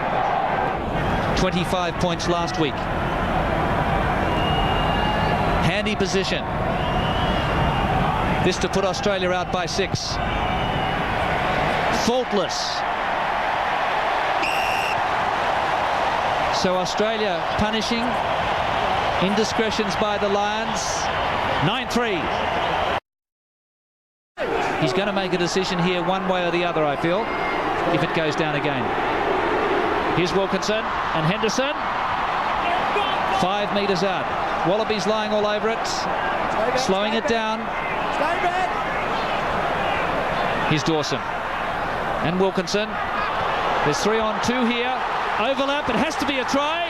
Robinson. They've got him into space a couple of times, and a telling strike back by the Lions. It's a concentration of goal defence in close, which leaves Keith Wood out wide, and then a quick pass. Watch it go wide. Wilson, nice switch. Tom Smith, and then Jason Robinson, George Gregan, no chance. So the Lions scrum asserting an early dominance, and now Johnny Wilkinson with the chance to put his side in front for the first time.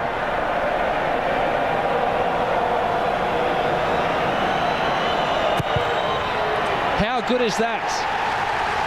It cleared the crossbar by 15 metres. Lions hit the lead here at Stadium Australia.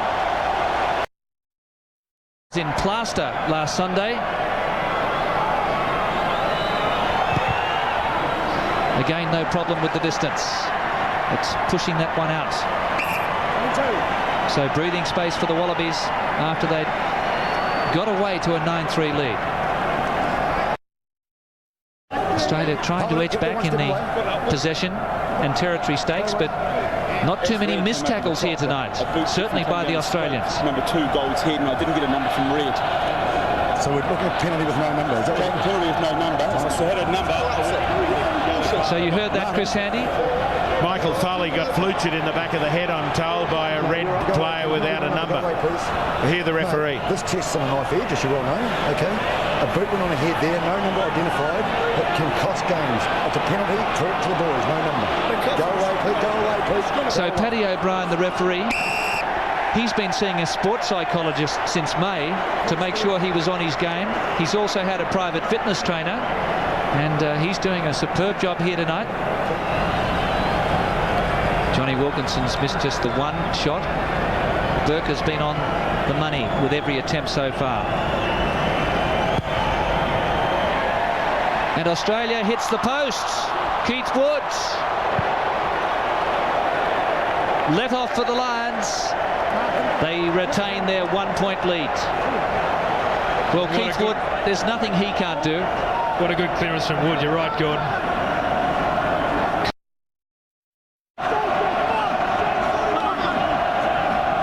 Johnson at the front. Now they want to keep this on the ground. Collapsed by Australia. The Lions will take the advantage here. Wilkinson. Robinson's out wide. Here he comes, but Burke read it beautifully. It's still a penalty to the Lions, though, for the collapsed maul. It's a winning tactic for the Lions. They've used it all tour. Right here. And it's a wonder the Wallabies aren't using it themselves, because the only way to defend against it. Now there, Johnson gives the ball to the back, and you can't pull down anyone in front. You can only tackle the man with the ball, as Rod Moore did there on Scott Quinnell. But everyone else playing a man in front of the ball is out of it. So the Lions really looking to involve Jason Robinson, the turbocharged left wing, at every opportunity. Already they've gifted him a try out wide, but now Wilkinson looking to increase the margin to 4 points.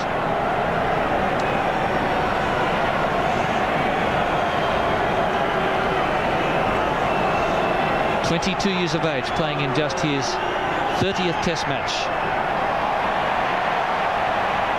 Normally so reliable. He missed with 3, as we mentioned, at Colonial last week in the first half. And Flatley. Oh, a terrible knock on by Henderson. Well, he'll have recurring nightmares about that one. It wasn't a particularly good kick from Elton Flatley either.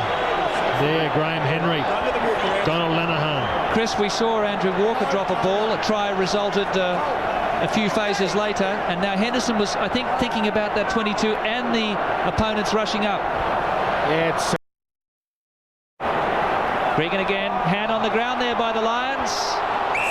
It's a penalty, and it's a deliberate penalty offence there by desperate Lions players. Don't even think about it. Go away. Good covering defence from Quinnell. It wasn't him who put the hand in, it was O'Driscoll. just amazing when ball comes back free and it's available to play. You'll just see it so clearly. There it is, about to be picked up by Gregan, and then the Lions hand pulls both his arms and the ball away.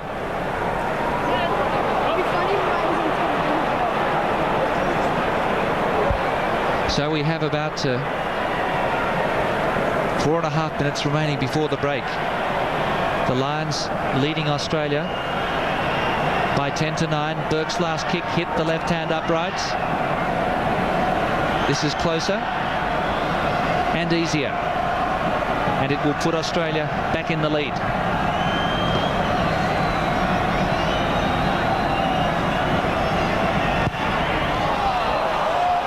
But he's pushed it wide. So nerves from the two kickers.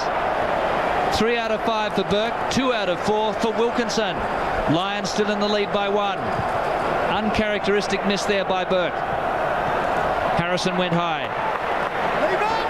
Gregan goes in for Flatley. Here's Kefu.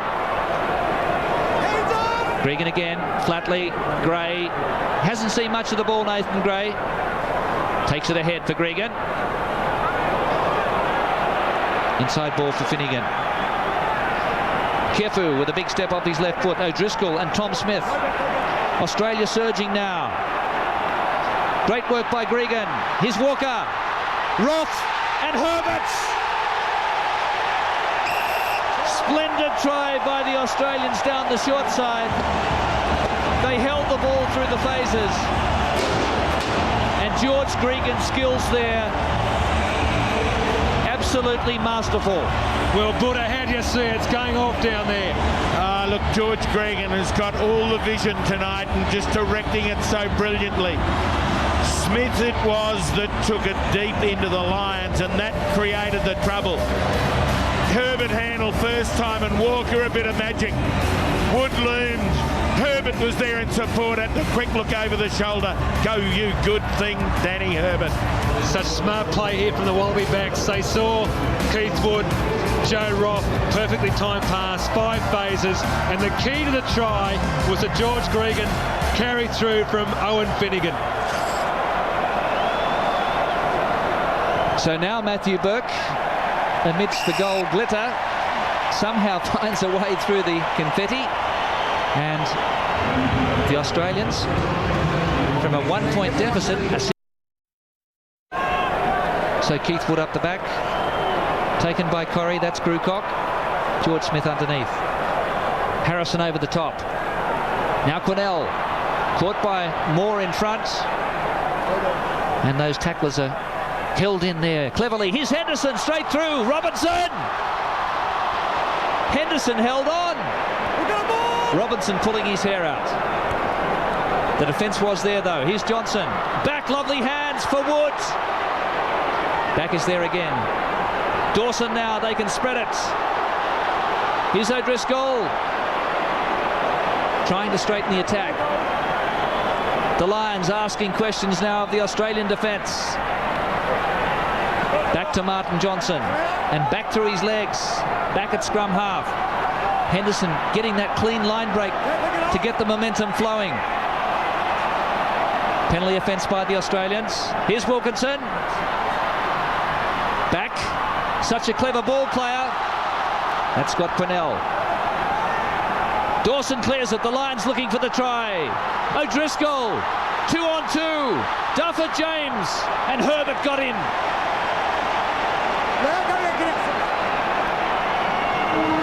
There's Phil Vickery, what a tackle! Keith Woods. The Lions desperate for this 5-pointer. Elton Flatley, ball and all. Keith Wood again. What leg drive! The hoot has gone for half-time. Can Australia hold on? Wilkinson. Robinson. He had nowhere to go. They've kept it off the ground and driven ahead. Australia holding on desperately. Henderson. The Aussie backs are offside. Advantage being played. Foley and Styles came through. Here's Dawson again. There's the pass to Smith. He went without it. Number 8. Now Darfur James is calling for the ball out wide here for a long kick to the touchline. And we saw 14 phases there from the Lions, and somehow Australia held them out. Paddy O'Brien, great refereeing. Played 2 phases of advantage out there. Gave the Lions every opportunity to score.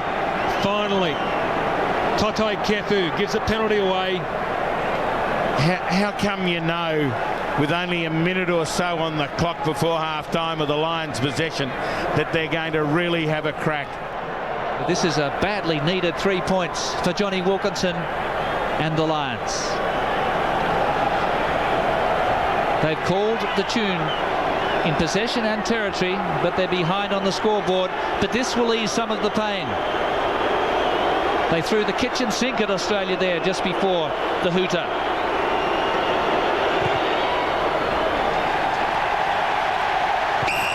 Kicks successful.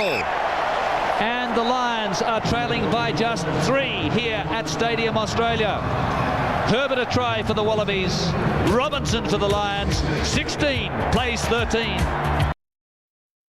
So 40 minutes remaining. Johnny Wilkinson gets proceedings underway in the second half. 1 try apiece. Burke's goal kicking the difference.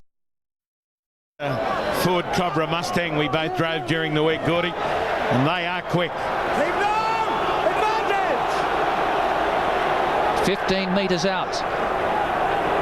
Referee playing advantage for a collapsed maul. The Lions want to keep the ball here. Wilkinson composed. O'Driscoll. There was more offside by Australia in midfield. So if they don't score a try, they'll get the penalty kick. But they want the try. Henderson. Now Grucock. Try-saving tackle from Andrew Walker. This is Robinson. Hold open break. Now Wilkinson. Keith Woods. John Eales underneath. This is the Lions' moments. Wilkinson with a short pass. Henderson. The Lions still have a big overlap on the rights. Stay back. Leave it. Todai Kefu trying to get out there. Wilkinson takes it. Just a steady build-up of pressure. And as they did in the first test at the Gabba, the Lions have struck first after the break. Well, this is a superb start to the second half from the Lions. On 2 occasions, the referee played advantage. Good refereeing. They kept on driving the big men up, whether it be Keith Wood, Corrie, making inroads into the Wallaby defence. Here's Wilkinson, just steps, little step, Todai Kefu, Herbert, can't nail him. Well, he vowed to come back after the mauling England got by the Wallabies in 1998. And what a man. He was crippled the start of the week, and now he's leading the fight back to victory. And it's very interesting, twice the Wallabies have been caught out with a prop forward defending against an overlap. Rod Moore that time was the first defender. Kefu had to come up and try and cover, but he committed himself too early.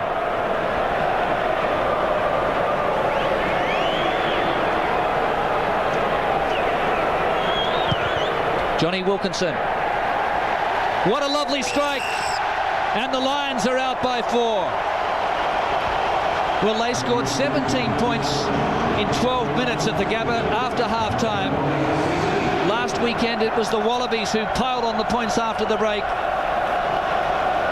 And Wilkinson now giving the Lions a 7-point start. Lions play on quickly. Jarvis. Not his best kick. Knocked back from Foley. Now Gregan. Here comes Joe Roth. Gregan. Dawson went for the mark. Spilt the ball. 11. Dawson is having a very good game for the Lions. But on this occasion, in come the Lions forward, seal it off. A penalty to the Wallabies. Colin Jarvis is in everything right from the start for the Lions since he's come on as a reserve.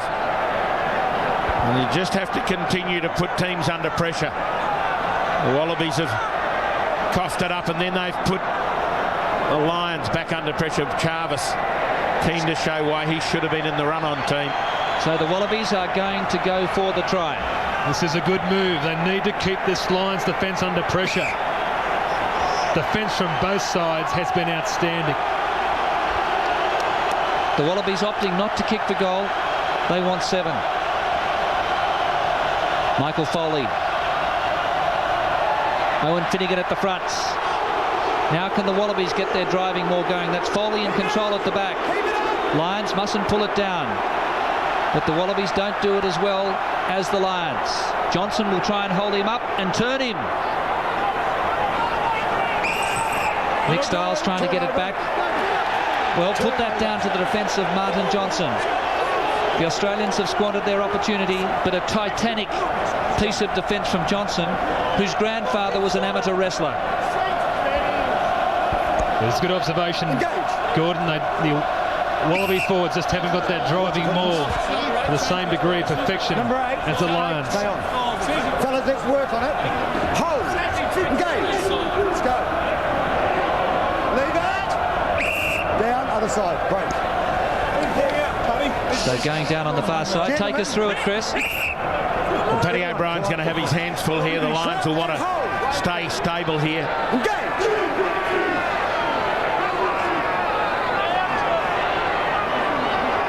Controlled at the back there. And some great work by Martin Corrie, but no ground for the Lions. Rob Henderson just cussing.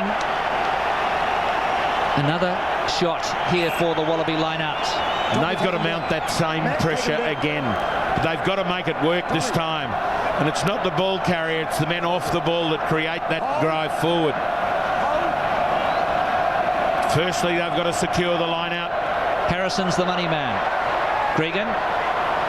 Gray tries to smash through. Gregan again. Kefu. That's the goal line. Gregan wants it quickly. Here it is. It's a try number 2 for Daniel Herbert. This is a sensational try from the Wallabies. They put a lot of thought into it. Harrison, the two-handed ball at number 4, down quickly, and then Nathan Gray coming like a rocket. Got him across the first lot of advantage line, and then it was Totai Kefu. Watch it, Harrison, 2 balls down. Sheer desperation, this. Look at how they hit the line and then strive to go forward. They pick up the short men. Kefu just about crawls over the line. It's hit up again. Look, Foley, not selfish. Herbert, you beauty. Well, again, the world-class skills of George Gregan. A beautiful pass from the line out. It was a couple of metres in front of the runner, and then that fast lightning clearance to the left-hand side, and the Lions outflanked. Psychologically so important. The Wallabies scored that try. They had to get that after being there twice. The lead has changed 5 times. Australia with their noses in front by 2 more. Unbelievable kick there by Matthew Burke. Look at Glenn Eller and Rod McQueen, the Aussie coach, watching on in his last test match. Down wasn't accurate. Well, just these little mistakes have opened the window for the opposite team. Look at the overlap here. O'Driscoll. That is a very ugly tackle by Daniel Herbert. And I think he might be spending some time in the sin bin.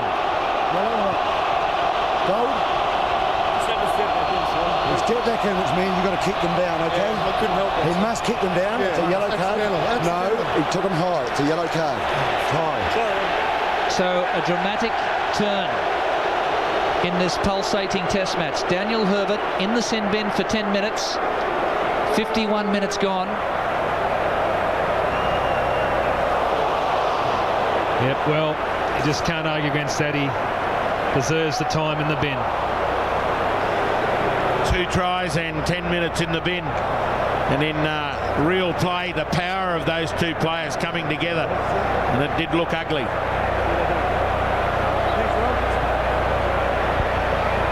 This 10 minutes, the Wallaby forwards must be absolutely hungry for possession. So this to level the scores.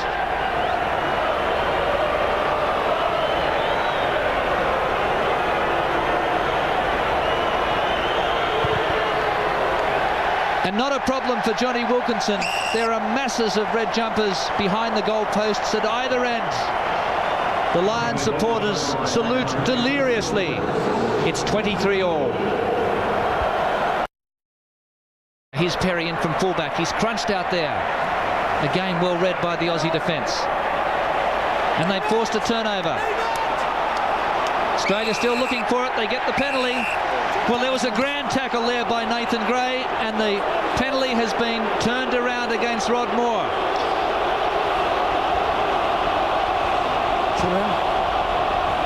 Just come, just for a minute. We'll just listen to the referee here, Paddy O'Brien. It's okay, just hold down, hold down. Paul Honus wanting to come in as well here, the touch judge on this side. Number 3, after the whistle. After the whistle, I'll read it. Absolutely, thank you. John? Well, the problem this was after the whistle. They're not allowed to kill your ball, which they did. So I go penalty. He's not rucking, you trampled him. Don't do it. You had a penalty right out in front, I'm changing it. Be very careful. So Rod Moore, in only his third Test match, ruining his indiscretion. And I don't think Rod Moore was the worst of it, but he pulled him out. Was after the whistle. Yes, it was pretty harmless stuff, but the ball was well away. That was the problem for Rod Moore. Big line out for Johnson. Neil Back comes in, and here's the famous driving maul. They could take this 25 metres. They're still going. You have to drive this maul sideways. You can't stop it. They're trying to pull it sideways now, but Neil Back had it. Now they clear it. They've sucked in the defenders. Who's out wide? Wilkinson goes himself. There were 4 Lions players on 2. And has Australia forced a turnover? Turned it over. Courageous stuff. Andrew Walker, again, wanting to clear that ball 40 metres down the field. It comes wide. Again, Australia's gone down to collapse it, but the maul didn't collapse. So the referee's playing advantage, though. It's going to be a penalty. Pulling the maul down. Again, it was Rod Moore this time round. A good transfer, a very clever transfer from Johnson to Grewcock, and then they drive it. So Wilkinson lining this one up. He's only 7 metres in from the touchline. The lead set to change again for the 7th time, if successful.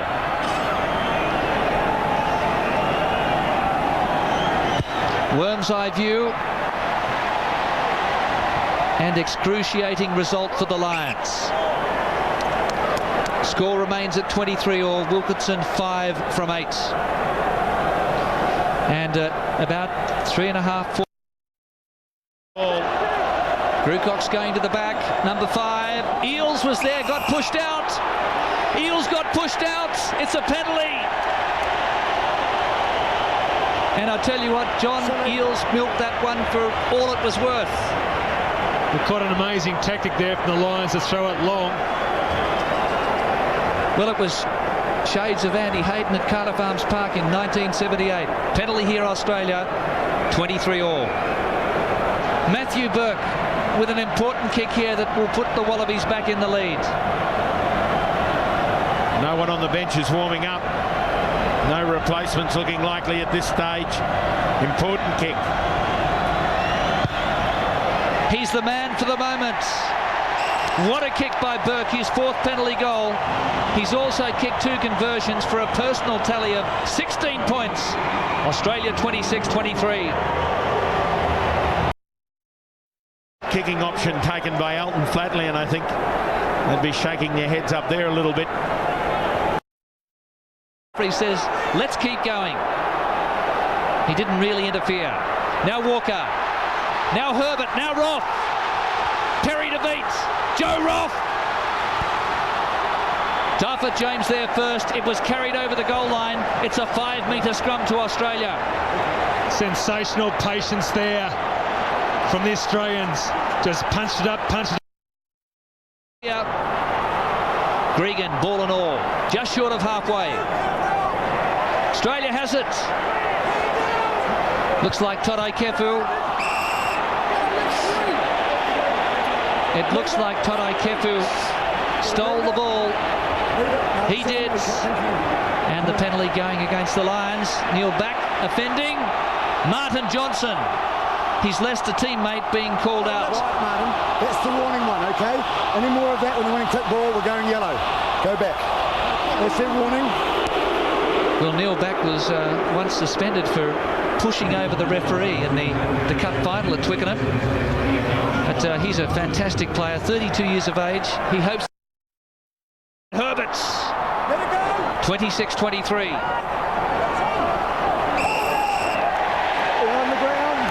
Player handling the ball on the ground. Colin Jarvis had done all the good work, made the tackle, competed for the ball, but then when it was released, he was on the ground. You can't then play it and put it back on your side. He's disappointed. Wonderful opportunity for Matt Burke. He's kicked sensationally tonight. Well, there are still some more dramatic twists remaining in this game. 9th ruck penalty against the Lions. This to put Australia out by 6 with just 4 minutes to go. The Lions would have to score a converted try to take the leads. And Burke makes no mistake. That's his 5th penalty to chalk up his 19th points. And Australia by 6 inside the last 4 minutes. Jason Robinson looming out wide. Henderson was trying to get some space for the little winger and ripping the ball out in the tackle. Dawson now. Australia by 6. It was Matt Dawson who kicked the winning goal. And now the Lions, with the opportunity for a driving maul, are just 10 metres out. A converted try would give them the lead.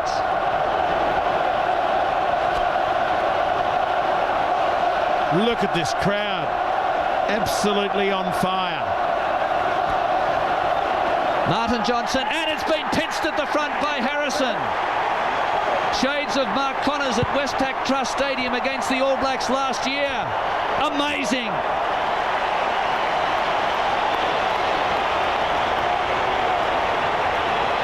Well, Justin Harrison, you've earned your keep. What a wonderful jump. In front, right in between the hands of Martin. Well, there's an 89-year-old woman in Brisbane that'd be delighted to see the Wallabies win the first series against the Lions for 102 years. She was born in 1912 and has waited a long, long time. So the Lions get it. They're still alive, but they have to do it with a converted try to snatch the series now. Here's O'Driscoll. He's dangerous. Here's Eels. And Smith. Well, he beat several tackles there. And Australia stretched out wide. There's an overlap. Here's Henderson. Come out, go! Taken there by Elton Flatley. The Wallaby defence regroups. They punch away on the short side. Wilkinson. Foley. Overlap. The try's on for James. Gregan arrives. The hoot is gone. It's general play, and this is it for Australia. The Lions roared loudly, but the Wallabies soared higher. Dramatic finish. Unbelievable test match here at Stadium Australia. Wallabies 29, Lions 23. The Tom Richards Trophy comes down under. Well, what a great performance by this Wallaby team. And what a courageous resistance and assault from the Lions of Britain and Ireland. They gave it their all, but it was the turnovers that cost them dearly. And again, for the 3rd time in the series, the Lions have not scored a point in the last 20 minutes.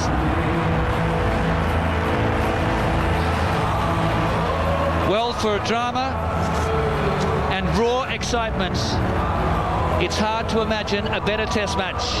Let's now hear from the winning skipper, who's with Simon Poitevin. Well, John Eales, congratulations. A fantastic win. The defence was just unbelievable. Thanks, Porto. It was a bloody good effort. You know, to come back from 1-0 down and a bad 1-0 down and to win it, it's a great credit. You know, especially when you have to make some changes. Justin Harrison comes in, plays like that. Elton Flatley under pressure. It was a great effort from the whole squad. The Wallabies pinched a lot of ball, 5 in the line-outs. Justin Harrison won 3 of those throws. He had an heroic test debut. The final score, Australia 29, the Lions 23.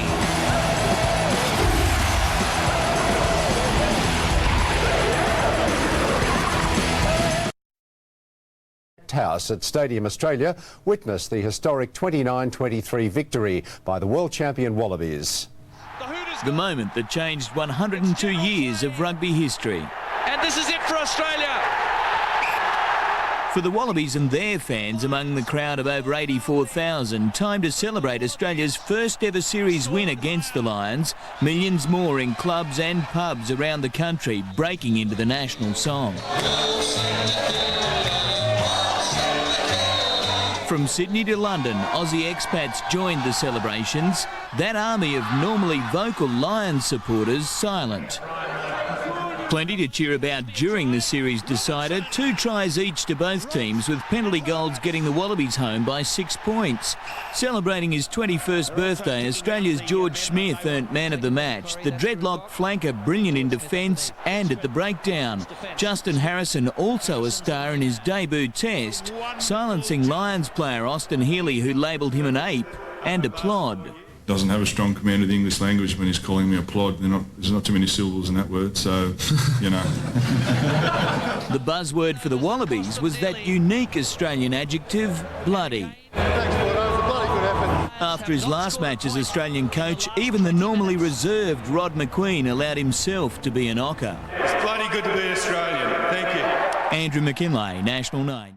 Harrison's crucial line-out steal helping the Wallabies hold on in the dying stages. With the world champions now holding every major trophy they can win, retiring coach Rod McQueen wished for one legacy. Confident side respects their opposition and an arrogant side doesn't. And for as long as the Wallabies are around, I hope that will be their motto. Andrew McKinlay, National 9 News.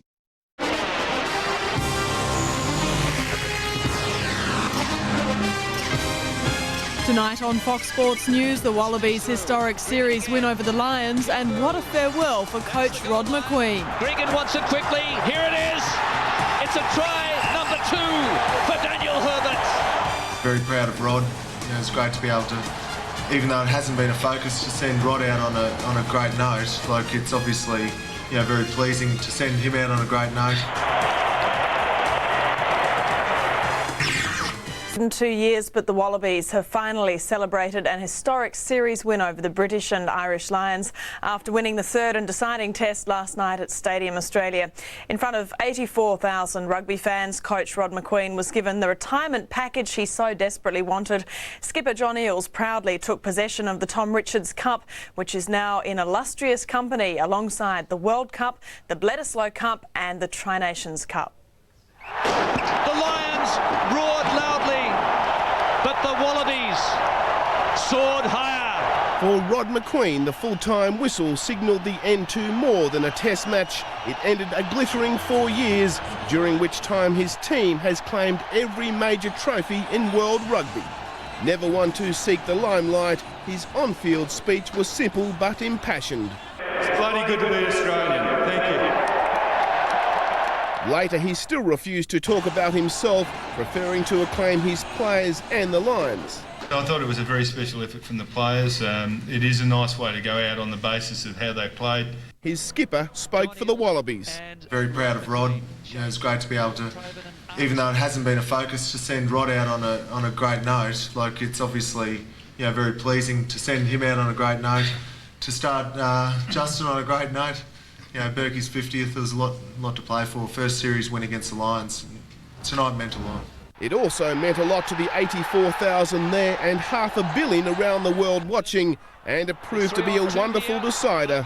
Not for 1 second of the 80 minutes was there a confirmed winner. McQueen forced to go through a roller coaster of emotions as the lead changed time and time again. The Wallabies led 16-13 at half-time. Their first half try scored by Daniel Herbert. Moments after the restart, the Lions were back in front. Torai Kefu trying to get out there. Wilkinson takes it. When Herbert crossed for his second in the 50th minute, Australia were 3 clear. But 2 minutes later, he was sin bin for a high tackle. And for McQueen, the next 10 minutes decided the match. To keep team scoreless, I think, was terrific over that period of time. Played the game very smart, which is one of the things that we talk about a lot in the Wallabies, just trying to be a little bit smarter here and there, and certainly I thought they did that, particularly during that time. From there, Burke booted the Wallabies to victory, but there were many heroes in the Australian team, not least the tireless work by George Smith and the brilliant display by debutant Justin Harrison, who terrorised the Lions line-out.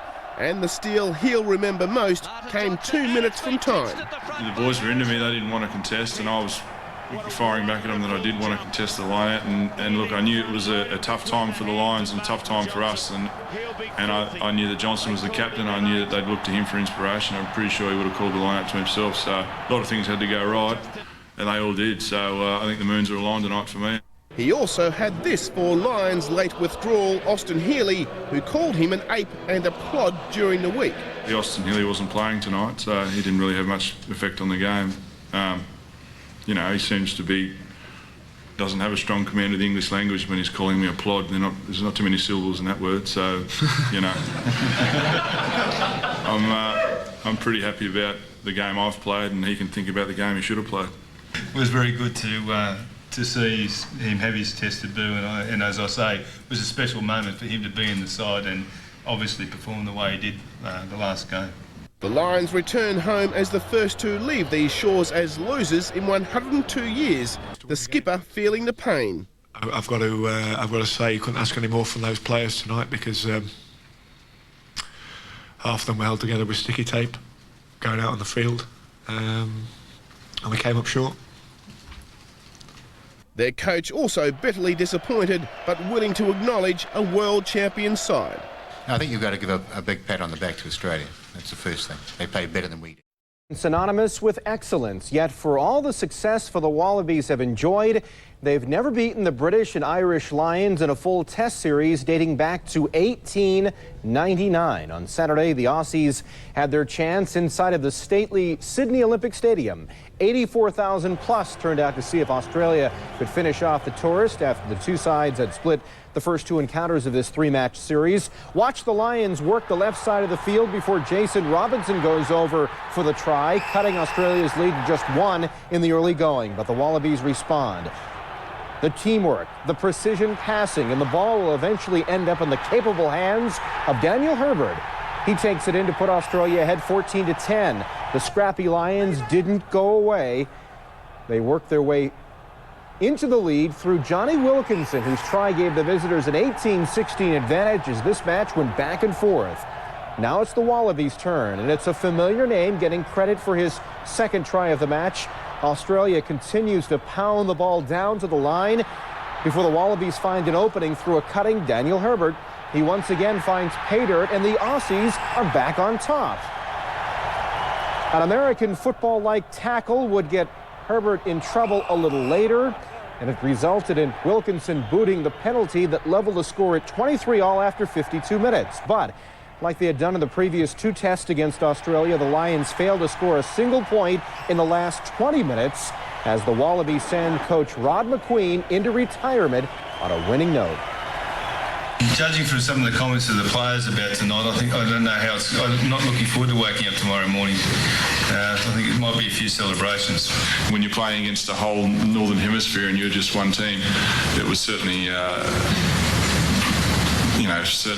very intimidating, I guess. And when I ran out to the stadium tonight, you can't hear anything in the dressing sheds, and I had no idea about the crowd and things like that. And when I ran out, I certainly drew some inspiration from the crowd because they were fantastic.